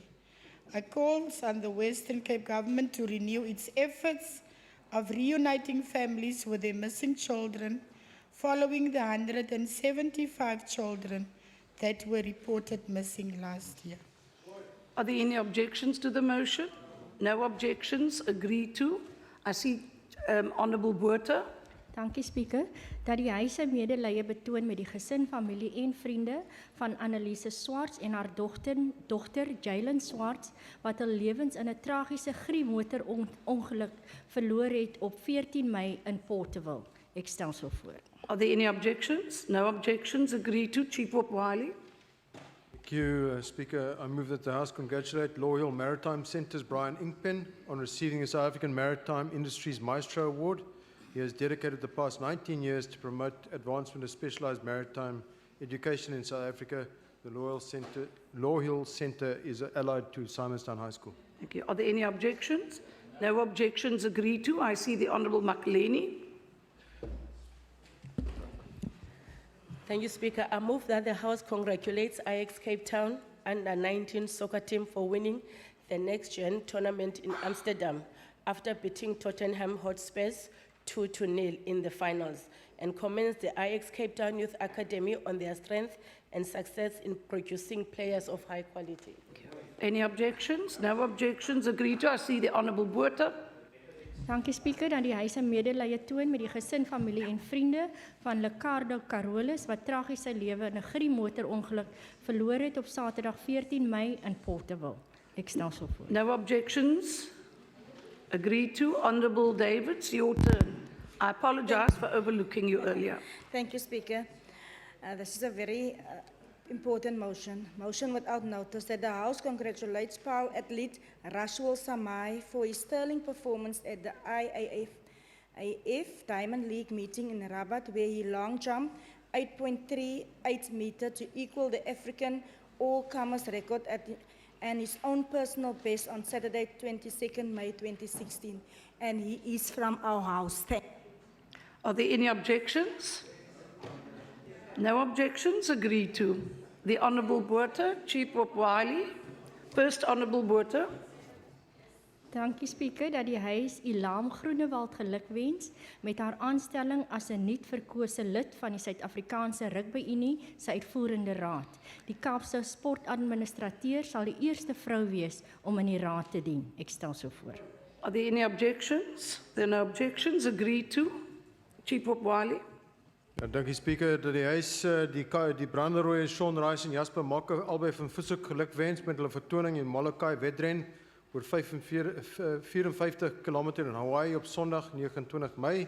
Die Suid-Afrikaners het die kompetisie skoon gemaak toe Hank Meyer die bijeenkomst vir die 4de keer gewen het met Rice tweede en Makke derde plek. Okay. Any objections? No objections. Agreed to. I see the Honourable Olive Fear, and after that, the Honourable Gopi. Madam Speaker, I move that. Madam Speaker, I move that this House note with great sadness the passing on of 4 Ndesi family members during a suspected arson attack on their shack in Plukombos early on Sunday morning, 22nd May 2016. Calls on the police to speed up the investigation and express sincerest condolences to the family and friends of the victims, Numisa, 30, her daughter Tamara, 13, with nieces Lisa, 13, and Karma, 5. I so move. Are there any objections to the motion being moved? No objections. Agreed to. I see the Honourable Botha and then Honourable Gopi. Dankie Speaker, dat die huis Elton Koopman 'n spoedige herstel toewens na sy operasie op 1 Junie as gevolg van veelvuldige beserings wat hy opgedoen het in 'n motorongeluk op Saterdag 14 Mei op Porterville. Are there any objections? No objections. Agreed to. Honourable Gopi. I move that the House condemns the heartless destruction of a religious place of worship in Delft by the Western Cape government. Are there any objections? There's an objection. It will be printed on the order paper. Honourable Olivier, members. Order. Order, please. Members, we have the delegation from the IEC waiting for us, so we don't have time to get into other issues. Let's just deal with the matter at hand. Honourable Olivier. Madam Speaker, I move that this House condemns the Provincial Department of Education for allowing infrastructure to decay and the Provincial Department of Public Works that does not keep maintenance up or upgrading current schools to ensure optimal learning environments that is conducive to give all learners the best chance in life in the Western Cape. I so move. Are there any objections? There's an objection. It will be printed on the order paper. Members, are there any more motions without notice? Yes, Speaker. Honourable Ace. Thank you, Honourable Speaker. Honourable Speaker, that the House calls on the DA to save money as part of the Western Cape legislators' austerity measures and follow the ANC not to send any interparliamentary delegate during the financial year on any overseas excursions like the upcoming Commonwealth Parliamentary Association events in Bangladesh and Mauritius. Are there any objections? There are objections? Yes? Okay. Motion, members, does that conclude motions without notice? Is there still one more? Honourable Chacham. Yes. That the House, during the National Youth Month, congratulate the youth designers from Kailicha, Kukuletu, who produces under the label Deep Settle Movement, that on their first export to New York, and these designers are Asanda Komelwane, Christopher Meiji, and Fezile Khekyu, who work at the Motale bus service depot in a small offices on their label, Cooks. Thanks. Thank you. Are there any objections to the motion? Have we exhausted motions without notice? Okay. Members, that concludes that session.